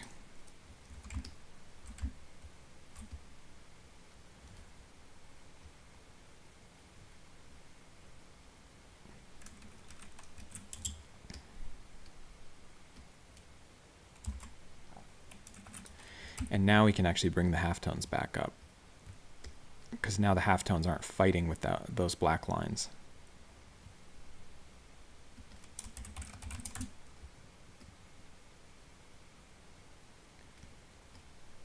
And we can bring the bubbles up too. Again, it's all just about balance. Like once you've got all the layers in, like a lot of what I'm doing is just like finding balance. So I'm trying to make sure that, you know, all the elements that I've taken the time to add, you can still see. So I'm bringing the opacity of the bubbles back up. I'm going to darken the halftone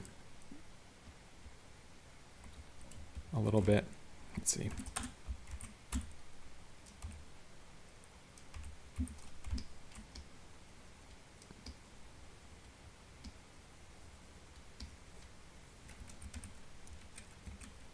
Yeah, it's cool.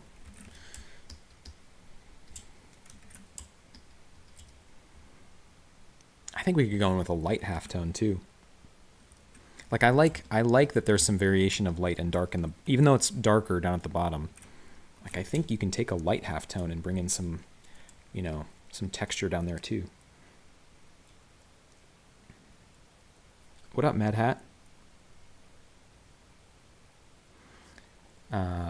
I've been writing the novel for a while. Oh, you're writing a, yeah, starting off your series. Man, you got a lot going on. Illustrated novels, comic adaptations. It's pretty impressive.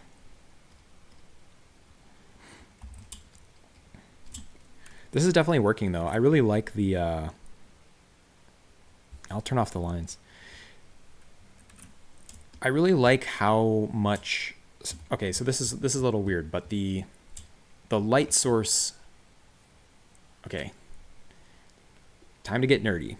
So the light source is primarily coming through the surface of the water, right? Like there's a light source from above, we're looking up at the surface of the water, and the whole surface of the water is being disturbed because she just plunged through it, right? So the light is being diffused through a sequence of circles. So the light source is actually like totally like, it's like if you were shining light through like frosted glass or something, like, or like really distorted glass.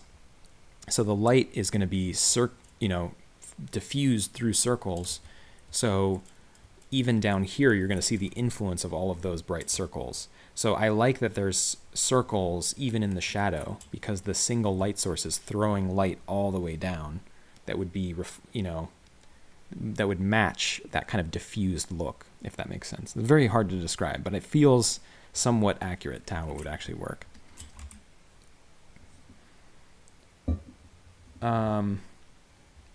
More people should watch you. I agree. More people should watch us. More people should buy our comics. More people should. I mean, that's how I feel. I'm like, why aren't more people watching us? I'm giving up all the best tips. No, I'm honestly like, I'm actually like, again, like so astounded that people care to watch us. I know. Every time I say this, people are like, you should give yourself more credit. But I'm like, man, like you have to understand, like, it does not feel real that hundreds of thousands of people subscribe to us or care at all. It just doesn't feel real. So I am astounded. Like there's like 20, it says 25 people watching now. That is about 24 more than I would expect to tune in to somebody going live doing comic coloring.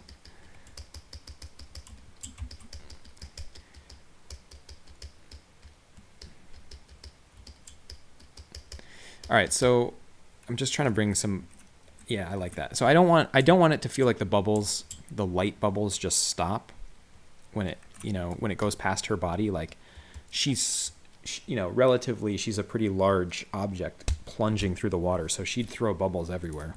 So most of the bubbles are going to be around her, coming off of her. But, as you can see from Lydia's line art, there's going to be bubbles below her too. So I'm just kind of like roughing in some lighter bubbles around her, just to create the sense. Again, like the more bubbles you add, the more the sense of disturbance in the water, the more the sense of impact. And then the trick, of course, is not to go too far, because it can get really busy. Like I might have too many already. Or one way to handle this, actually, is to put a mask over it and just mask out. Like set the brush to 20% and just like, so you can see, this is why I work with so many layers. So a lot of people ask like why I have so many layers. It's for reasons exactly like this. So if I turn off the bubble layer that I'm working on, I still have these, I guess we'll call them like primary bubbles on a top layer.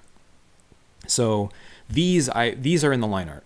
I for sure know I want these. These are really important compositionally. They're just like breaking up the space down here. I really want there to be like bright bubbles.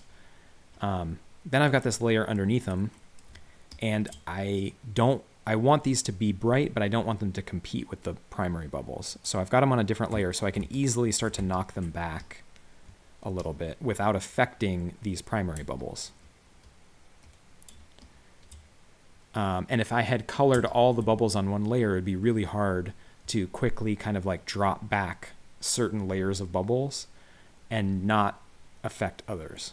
So it's just like, again, a lot of these I just want you to feel, but I don't want you to I don't want them to be like super noticeable. So there you go. That's why there's so many layers. There's a layer for these bubbles right here. There's a layer for the bubbles underneath her, and then there's a layer for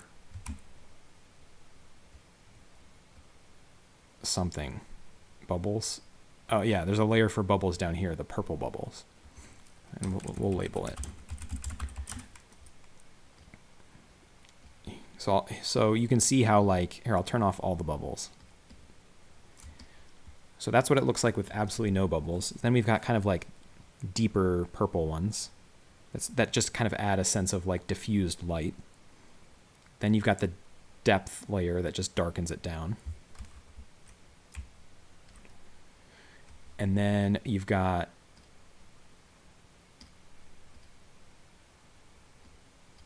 lighter bubbles under her that start to create a sense of like movement in the water. And then you've got the really intense like trailing white bubbles that are from the actual impact. So there you go. All together, you get a pretty good like mix of stuff. A lot of sense of depth and movement. It's cool.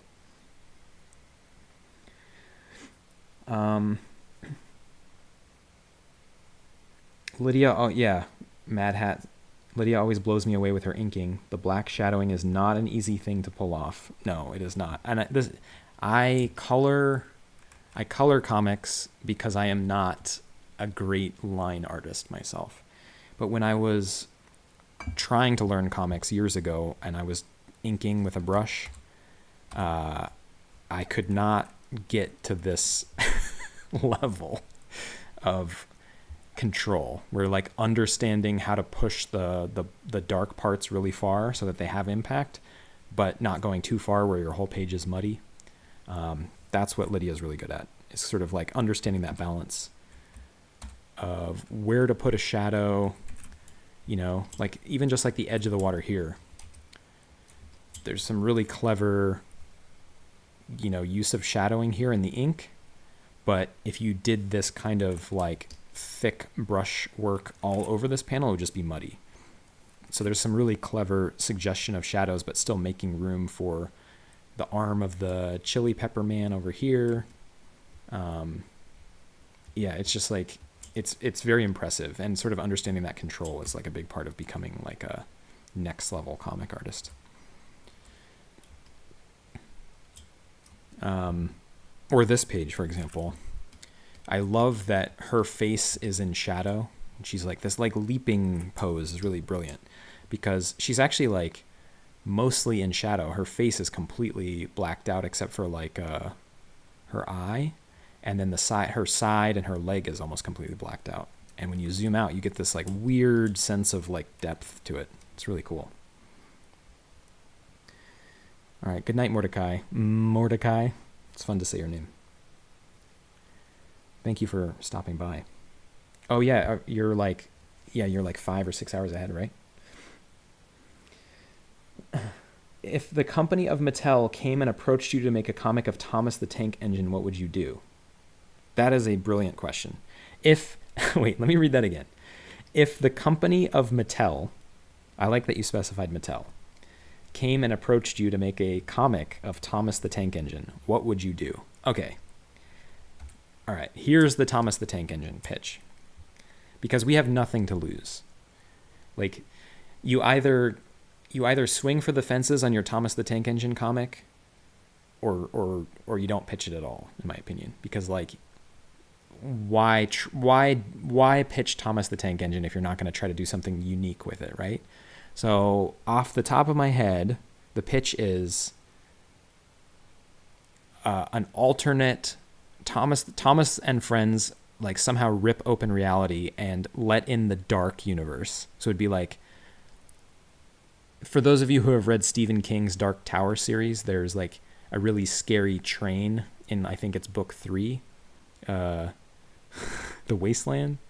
So it would be all the dark universe versions of the Thomas the Tank Engine characters, and they would be like scary, rusted out, like evil trains, and somehow like they would have to like trick them using I think it would be like kind of like a Home Alone-esque situation where it'd be like a series of like traps on the tracks, because obviously trains can only travel on the tracks, so it'd be like a series of traps on the tracks to like derail them and like, or like trick them to go back around back into their dark reality and close the portal behind them. That's my pitch.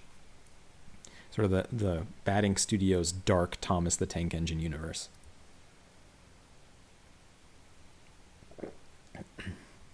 Yeah, this is a common question. Just the burning question. What would you do with the Thomas the Tank Engine franchise if you had access to such a storied and important and historic franchise? I would introduce an entire dark universe aspect to the canon. And I think the dark universe would be called the Dank universe. So it'd be like the dark Thomas would be called Thomas the Dank Engine. That's my answer. I feel like they did something similar with the Archie universe. They started like having a lot of fun with like Archie and horror and zombies and stuff. I feel like it worked really well. The universe is like the universe of Archie is like expanded to be really cool. And I feel like the readership totally embraced it. I feel like you could definitely do the same thing with like a children's franchise, like Thomas the Tank Engine.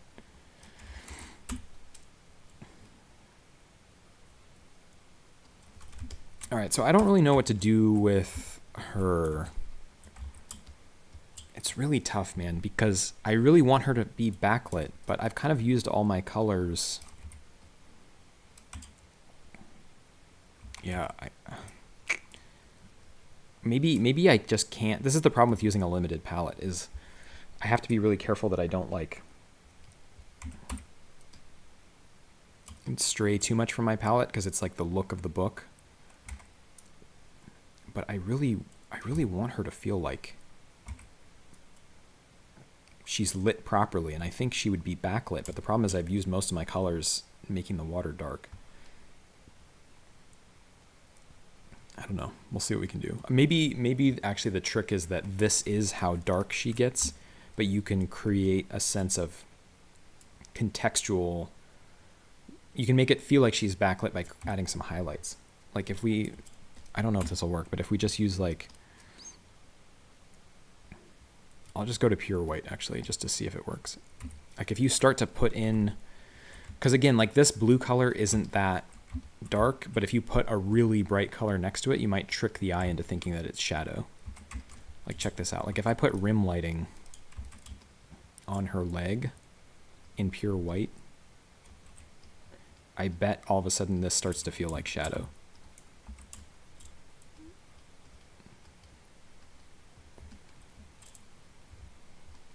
I don't know, something like that. It might work. Like put some light on the fur of her boots. Yeah, maybe. I don't know. It needs some love, but you can see like how contextual color can be.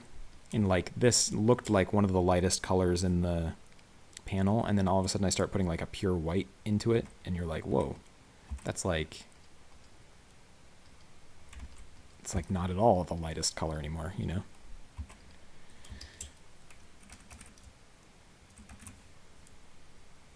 Yeah, I don't know. It's sort of working. It's not like my favorite, but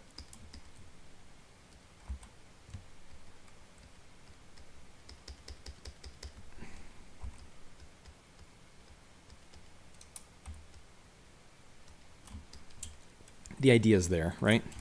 It like adds a lot to it. Like once you pop in these kinds of highlights, like the depth of the panel really starts to come together.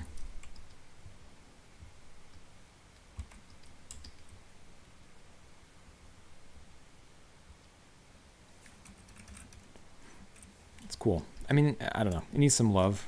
This is probably one of those things where I'm going to like show this on stream and then just like later tonight, just like fix it off stream. But you can see like without it, she's kind of a flat shape. And with it, just a little bit of rim lighting, like you really get the sense of like the shape of her arms and her legs and stuff. So it starts to work.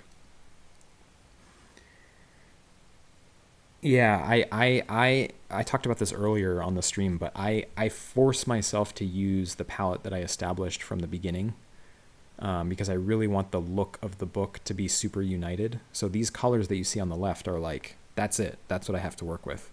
And it's really tempting to like not use them or add to it. Like you need something, like in this case, like it would be really nice to color her a different color to get kind of the effect I'm looking for. But if you do that too much, your book starts to like, it just goes too many directions and you don't have a consistent look anymore.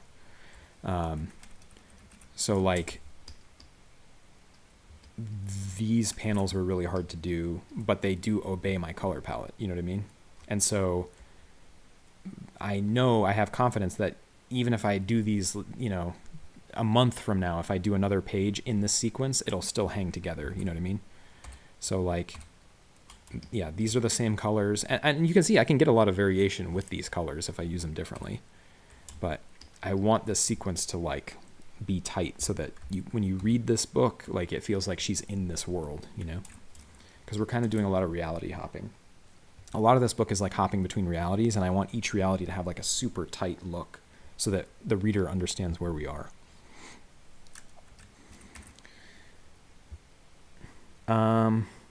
Cool. Well, we colored some bubbles. Let's take a break from bubble. I need a break from bubbles. I can't do any more bubbles. I'm over bubbles. But we could work on this panel real quick. And I think we can steal from this. I really, really like this. This is one of my favorite things I've colored in this book so far. The like orange, yellow, purple look. And I think we can do the same thing. I think her face can be purple. I think the background can be yellow and orange. This is such a moment of like, you know, it's just all about the emotion. So it's totally not a literal panel. Like we're just going to color her to match the emotion of the panel, you know? So I think that like, I think a bright background surrounding a darker face will really feel like, you know, she's reacting with surprise. So we'll do that.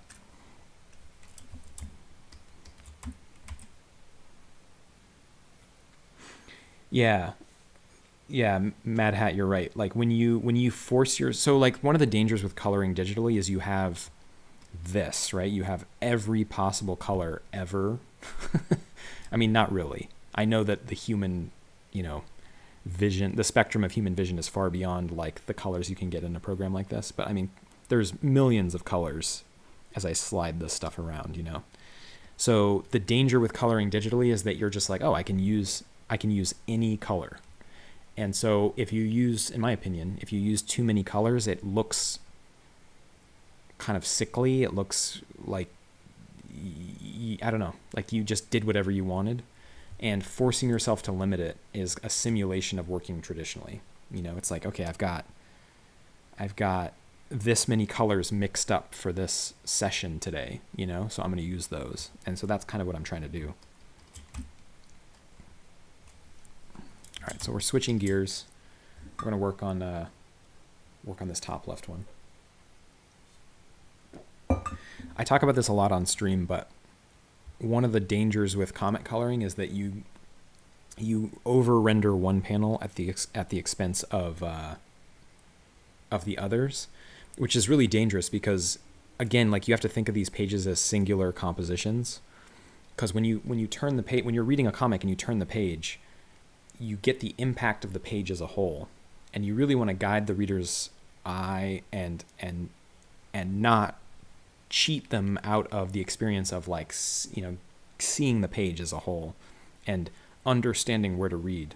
So one of the dangers is you can over render one panel at the expense of the others, and it changes the way you perceive the page. And so you want to kind of stop before you get too far on one panel, and you kind of want to work the others because you really want to develop the whole page as a whole. I feel like I'm doing a bad job of explaining this, but you know what I mean? Like you have to kind of like work everywhere at once, because one really bright panel will affect the highlights you use in another panel next to it. Like you got to work as a whole so that the page hangs together as a composition.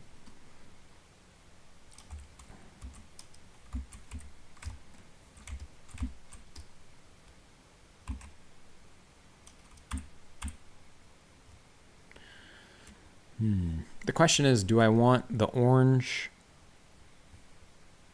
to be near her face or far from her face? Like, does the gradient on this panel go from bright near her cheek to darker at the edges? I think so. Like, I think what's working about this barbarian face over here on the right is that it drops off to darkness as it moves away from her. So we'll do that.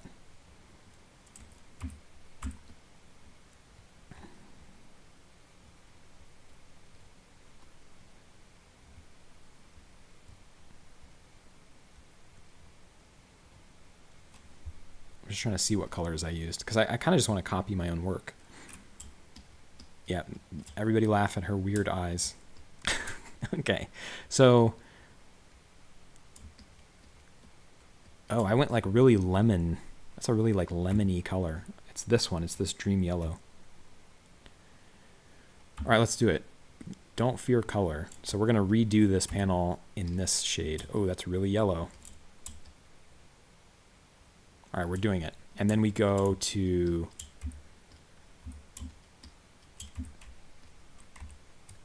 it looks like okay. I just used my tangerine color here. So we're going to just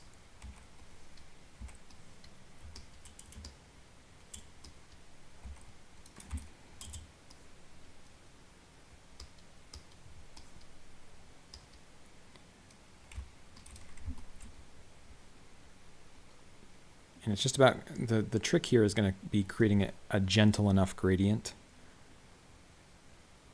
Because I think the danger is, here, I'll show you what I don't want to do. What I really don't want to do here is create like a weird haze around her cheek. So if I make the gradient too tight to her, you get this like overly digital haze around her cheek. And I think that looks kind of weird. It looks like she's glowing instead of she's sitting on top of like an expressive abstract background.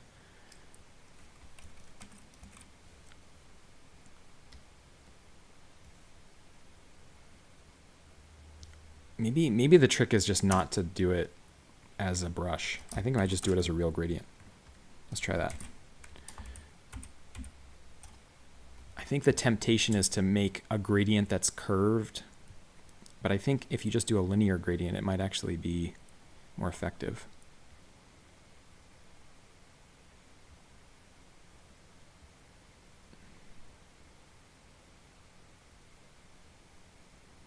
Or we could do top to bottom. That's kind of interesting because, okay, so narratively she's being carried by this like sort of animal skull headed character. So she's in the air. So what's going on here is she's in the air. She's sort of being carried along by this like flying magical creature who drops her. She drops her, she falls in the water. So one of the reasons to do a gradient from top to bottom or from bottom to top is to narratively create a sense that she's high up in the air. Like when you do it like this, it feels like she's looking down at something. And it might sort of contribute to a sense of like the phobia of being up high. These are really weird, subtle decisions, but this is what I talk about when I'm talking about like coloring emotionally. Is like, it wasn't my first thought to create a top to bottom gradient, but it creates a sense of height in the background behind her. It feels like she's up high and there's like, it's like dropping away to something that's really far below her. We'll try it. I think this actually is going to work. Am I using a mouse to color? No, I'm using a Wacom tablet. Here, I don't know if I can show it. No, I can't show it. The cord is too. It's gonna like come out of the computer if I move it. But it's just a Wacom. It's called a Wacom Intuos tablet. It's just like a drawing tablet with a normal pen.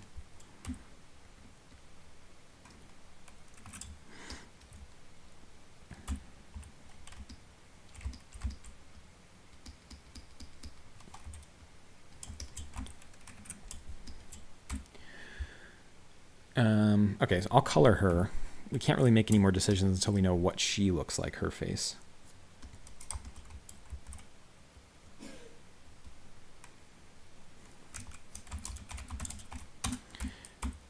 Okay. Let's just make her purple.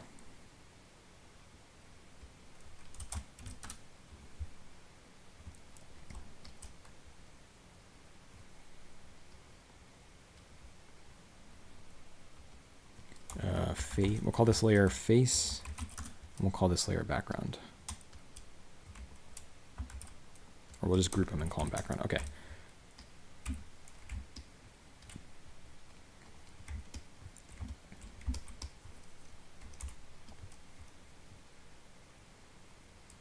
What's nice about her face being purple is that it's gonna, I know this is weird, but see how I used purple down here at the bottom of the page? It's really nice to have like opposing similar colors on extreme edges of the page. So her being purple up at the top here is going to kind of like mirror the use of purple down at the bottom. It creates a sense of balance in the page composition.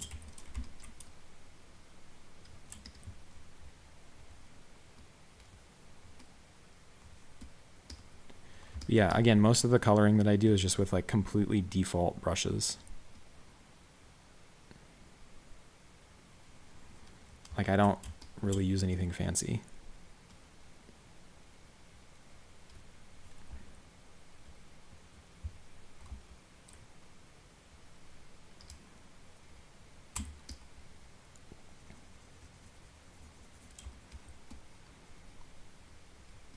Yeah, this is going to be nice.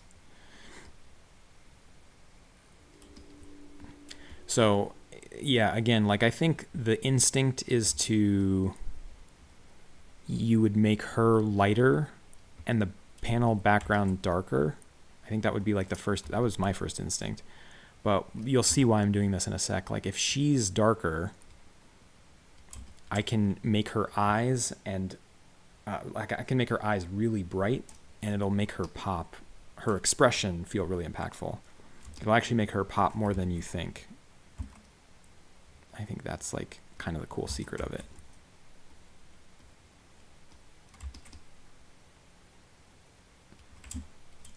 And because her eyes, I usually color eyes when they're, especially in an expression like this where the eyes are very wide, I usually treat them as mirrors.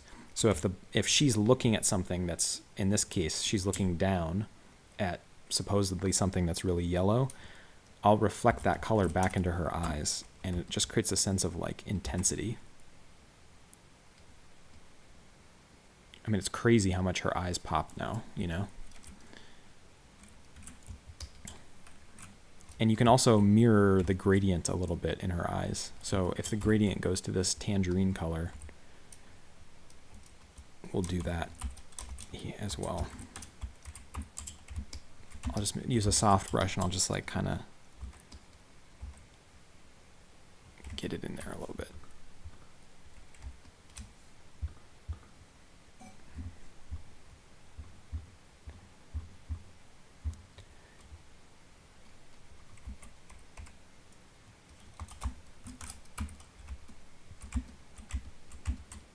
And then her eyes can be really orange.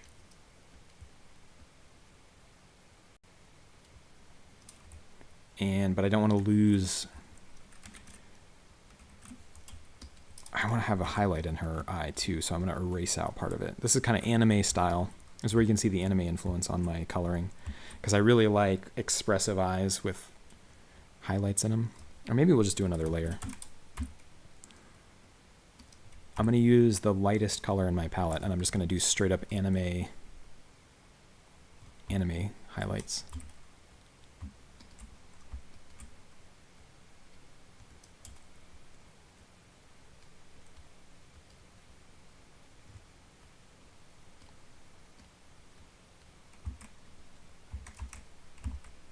Do I do the second dot though? That's full anime.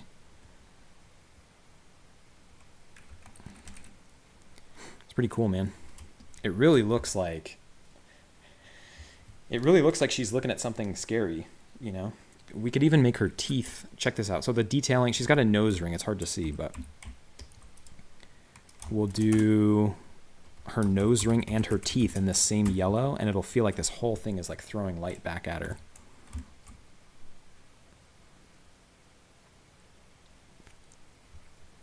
What if it kind of swoops down the left side ever so slightly? Yeah, I think I maybe should extend the orange down the left side. I think you're right. Just a little bit. It'll give it something. All right, so we'll put the yellow on our teeth and the nose ring, and you'll see like how quickly. Ooh, and we could do the sweat. Except her teeth would be in kind of more shadow because it's covered by the lip. So we'll do the teeth in orange. That'll help. That'll like weirdly help actually. I know these, again, this is kind of subtle, but it'll make her teeth feel like they're sitting back in her mouth a little bit. And then the sweat is going to be reflective, so we can do the sweat in the same yellow. But I'm going to set the brush to like 50%.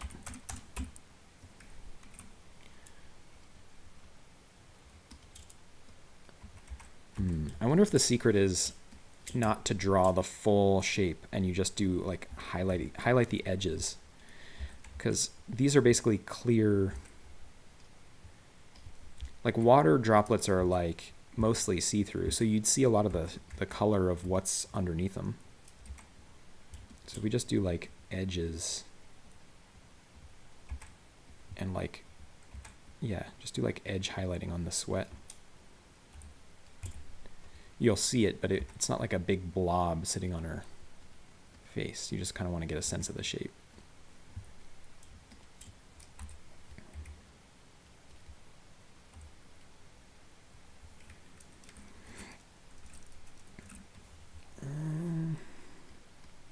It's a little bright. I might knock it back even more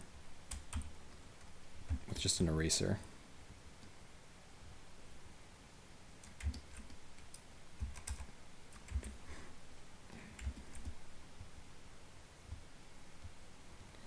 Something to suggest it. And then underneath all of this, So I gotta label my layers so I don't get lost. Okay, so these are all eyes. Okay, so eyes. And then we gotta do the shading on the face.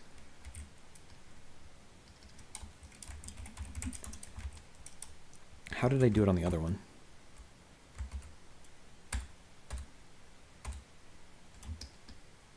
Oh, interesting. So I made her actually lighter. Got it.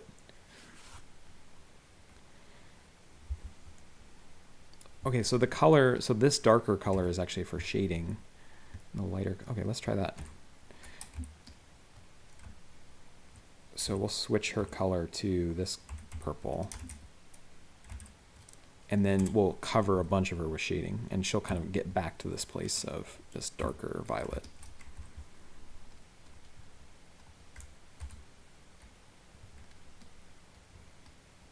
And I'm just using a 100% opacity brush. I'm just gonna have to be really careful that I follow the lines correctly, because I'm like 100. When you use 100% opaque brush, I mean, it's commitment, man.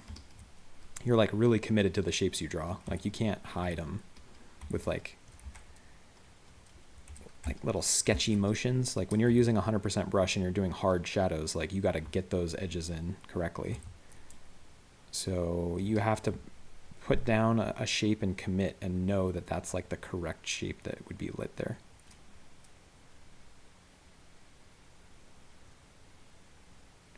And you can use the eraser. Like what I'll do here, so you can see right here I'm doing her nose, and I lay in the shape and then I like tighten it up with the eraser like that, just to get like kind of those more angled shapes in there.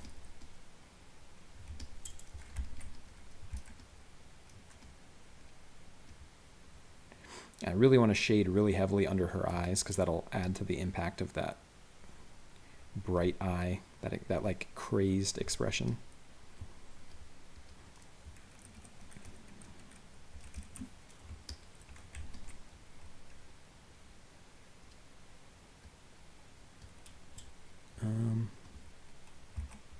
Yeah, let's do that.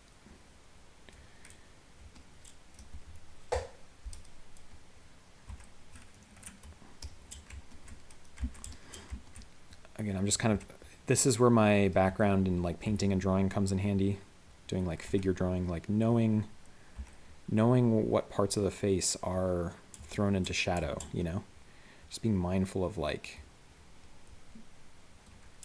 and trying to be honest about this stuff, you know.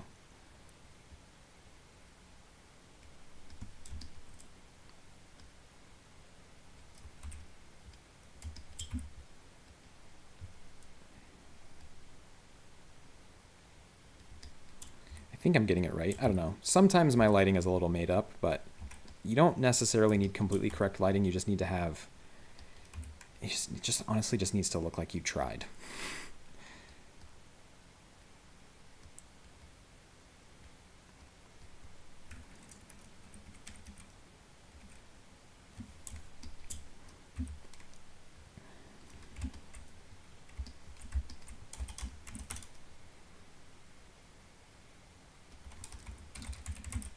Okay, so now I'm going to set the brush to soft, and I'm going to like just tap over here.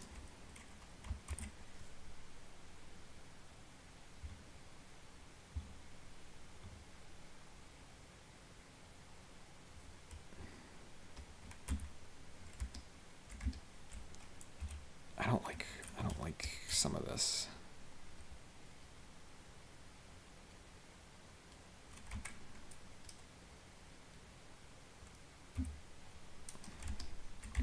So if you're going to put a shadow on the bottom, on the lower lip like this, you have to also put a shadow under the lower lip, or it looks really weird.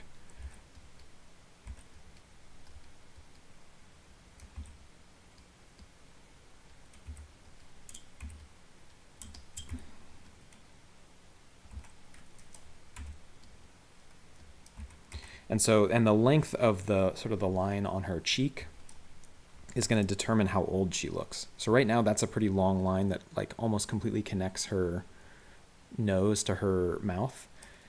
And it makes her look a lot older. So if I shorten it, it'll make her look younger a little bit.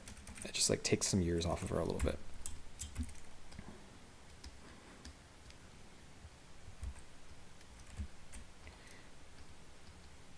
In general, the more lines that are on a face, the older somebody looks. In this case, I kind of want to overdo it because the other thing that a lot of lines on the face does is make somebody look kind of like crazed and intense. So in this case, I'm going to kind of overdo it. She's going to look a little old for a panel, but it'll also make her look really intense, when that's kind of what I want.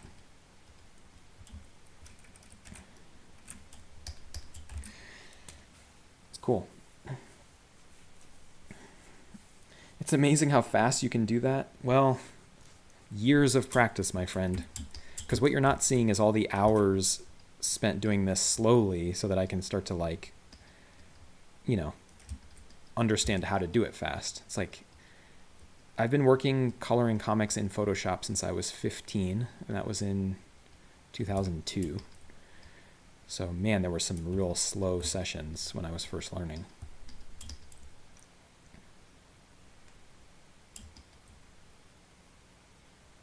All right, anyway. It looks pretty cool. It'll work.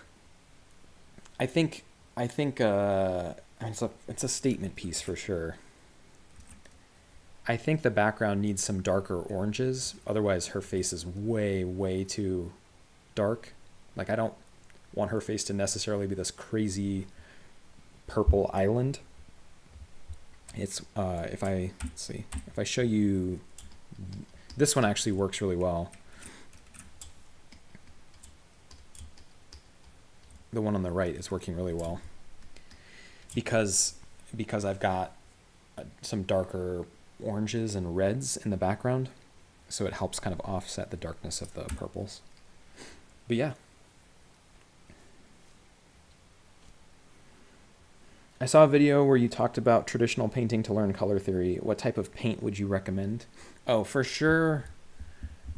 If specifically, I think that probably the best medium to really learn painting and color theory is acrylic, because acrylic it's opaque, so you can work really thick if you want and really build up like thickness, or you can thin it down and it becomes like semi-transparent.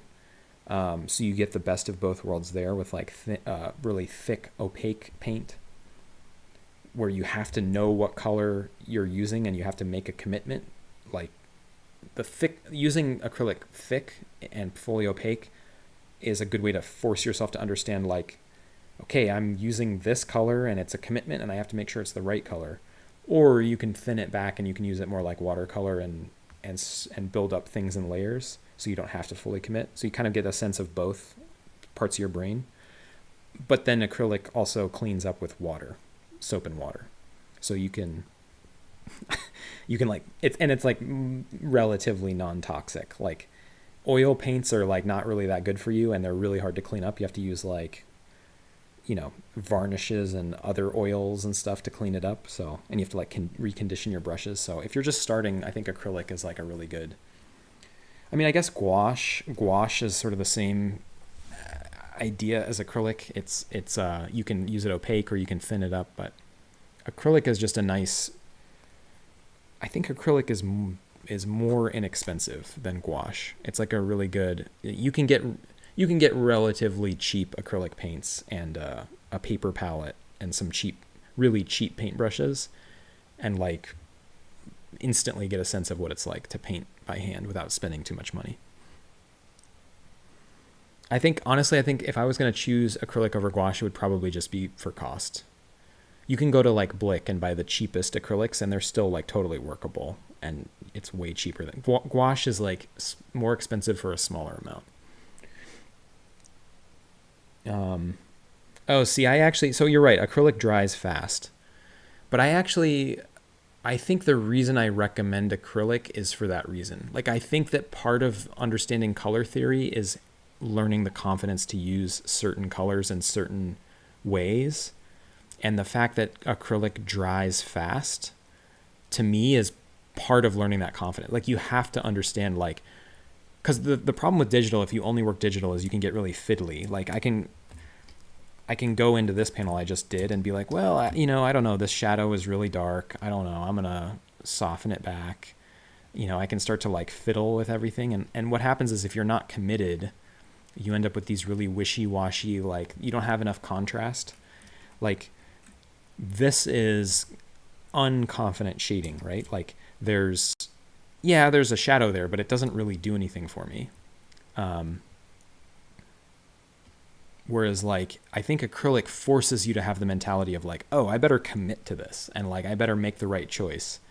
And so I think the fact that it dries fast, it's tricky, but I think that's actually why I recommend it, because it forces you to make decisions and commit to things. And you'll make mistakes, but that's part of the learning,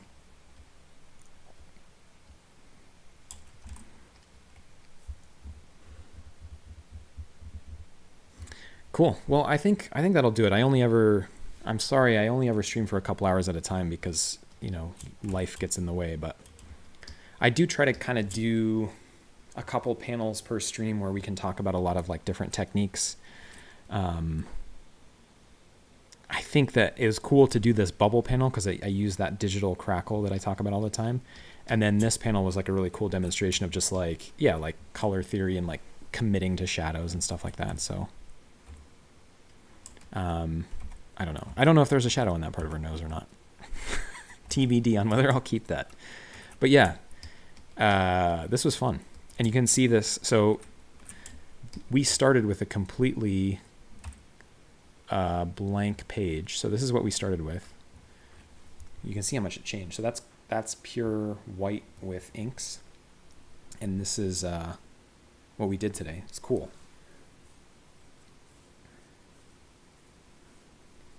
And it'll come really far. Once these panels, the top right and the bottom left, are in, it'll change the composition a lot. But yeah, this limited like blue, purple, yellow, orange palette is working really well. And I colored this page on the right weeks ago, and you can see that like it's gonna hang together really nicely with the one on the left, because I'm like committed to that palette. You know what I mean?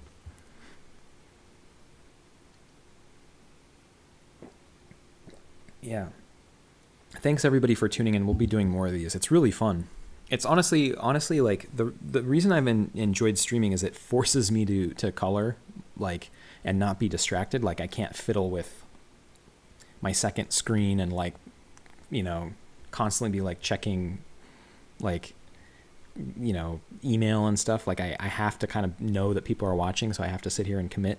But it also is a great way to show like we're now on the hook to like over 400 Kickstarter backers who are going to want updates. So it's actually been really fun to stream and know that the Kickstarter backers can like see what they paid for come to life. So I'm definitely going to try to do this more. It's really fun for me. It also keeps me focused and keeps me working, which is great. But yeah, I super appreciate everybody for stopping by. It always means a lot. We averaged around 25 people consistently, which is great. So yeah, I might I'll save some of this for the next stream. We'll do more of these panels on stream because I think it's fun for people to stop back and like see the same page continue to develop. And then at some point, I really want to do this page because I want to show. So when we're not in the color universe, we're in like the classic like 90s gray tone manga world. But the color world like bleeds into the black and white world. So I really want to do this page on stream so we can see like these red hot sauce bottles come to life. That'll be really fun. But yeah. Thanks everybody for tuning in. I'll play you out with some interdimensional soundtrack music. We'll do the second one.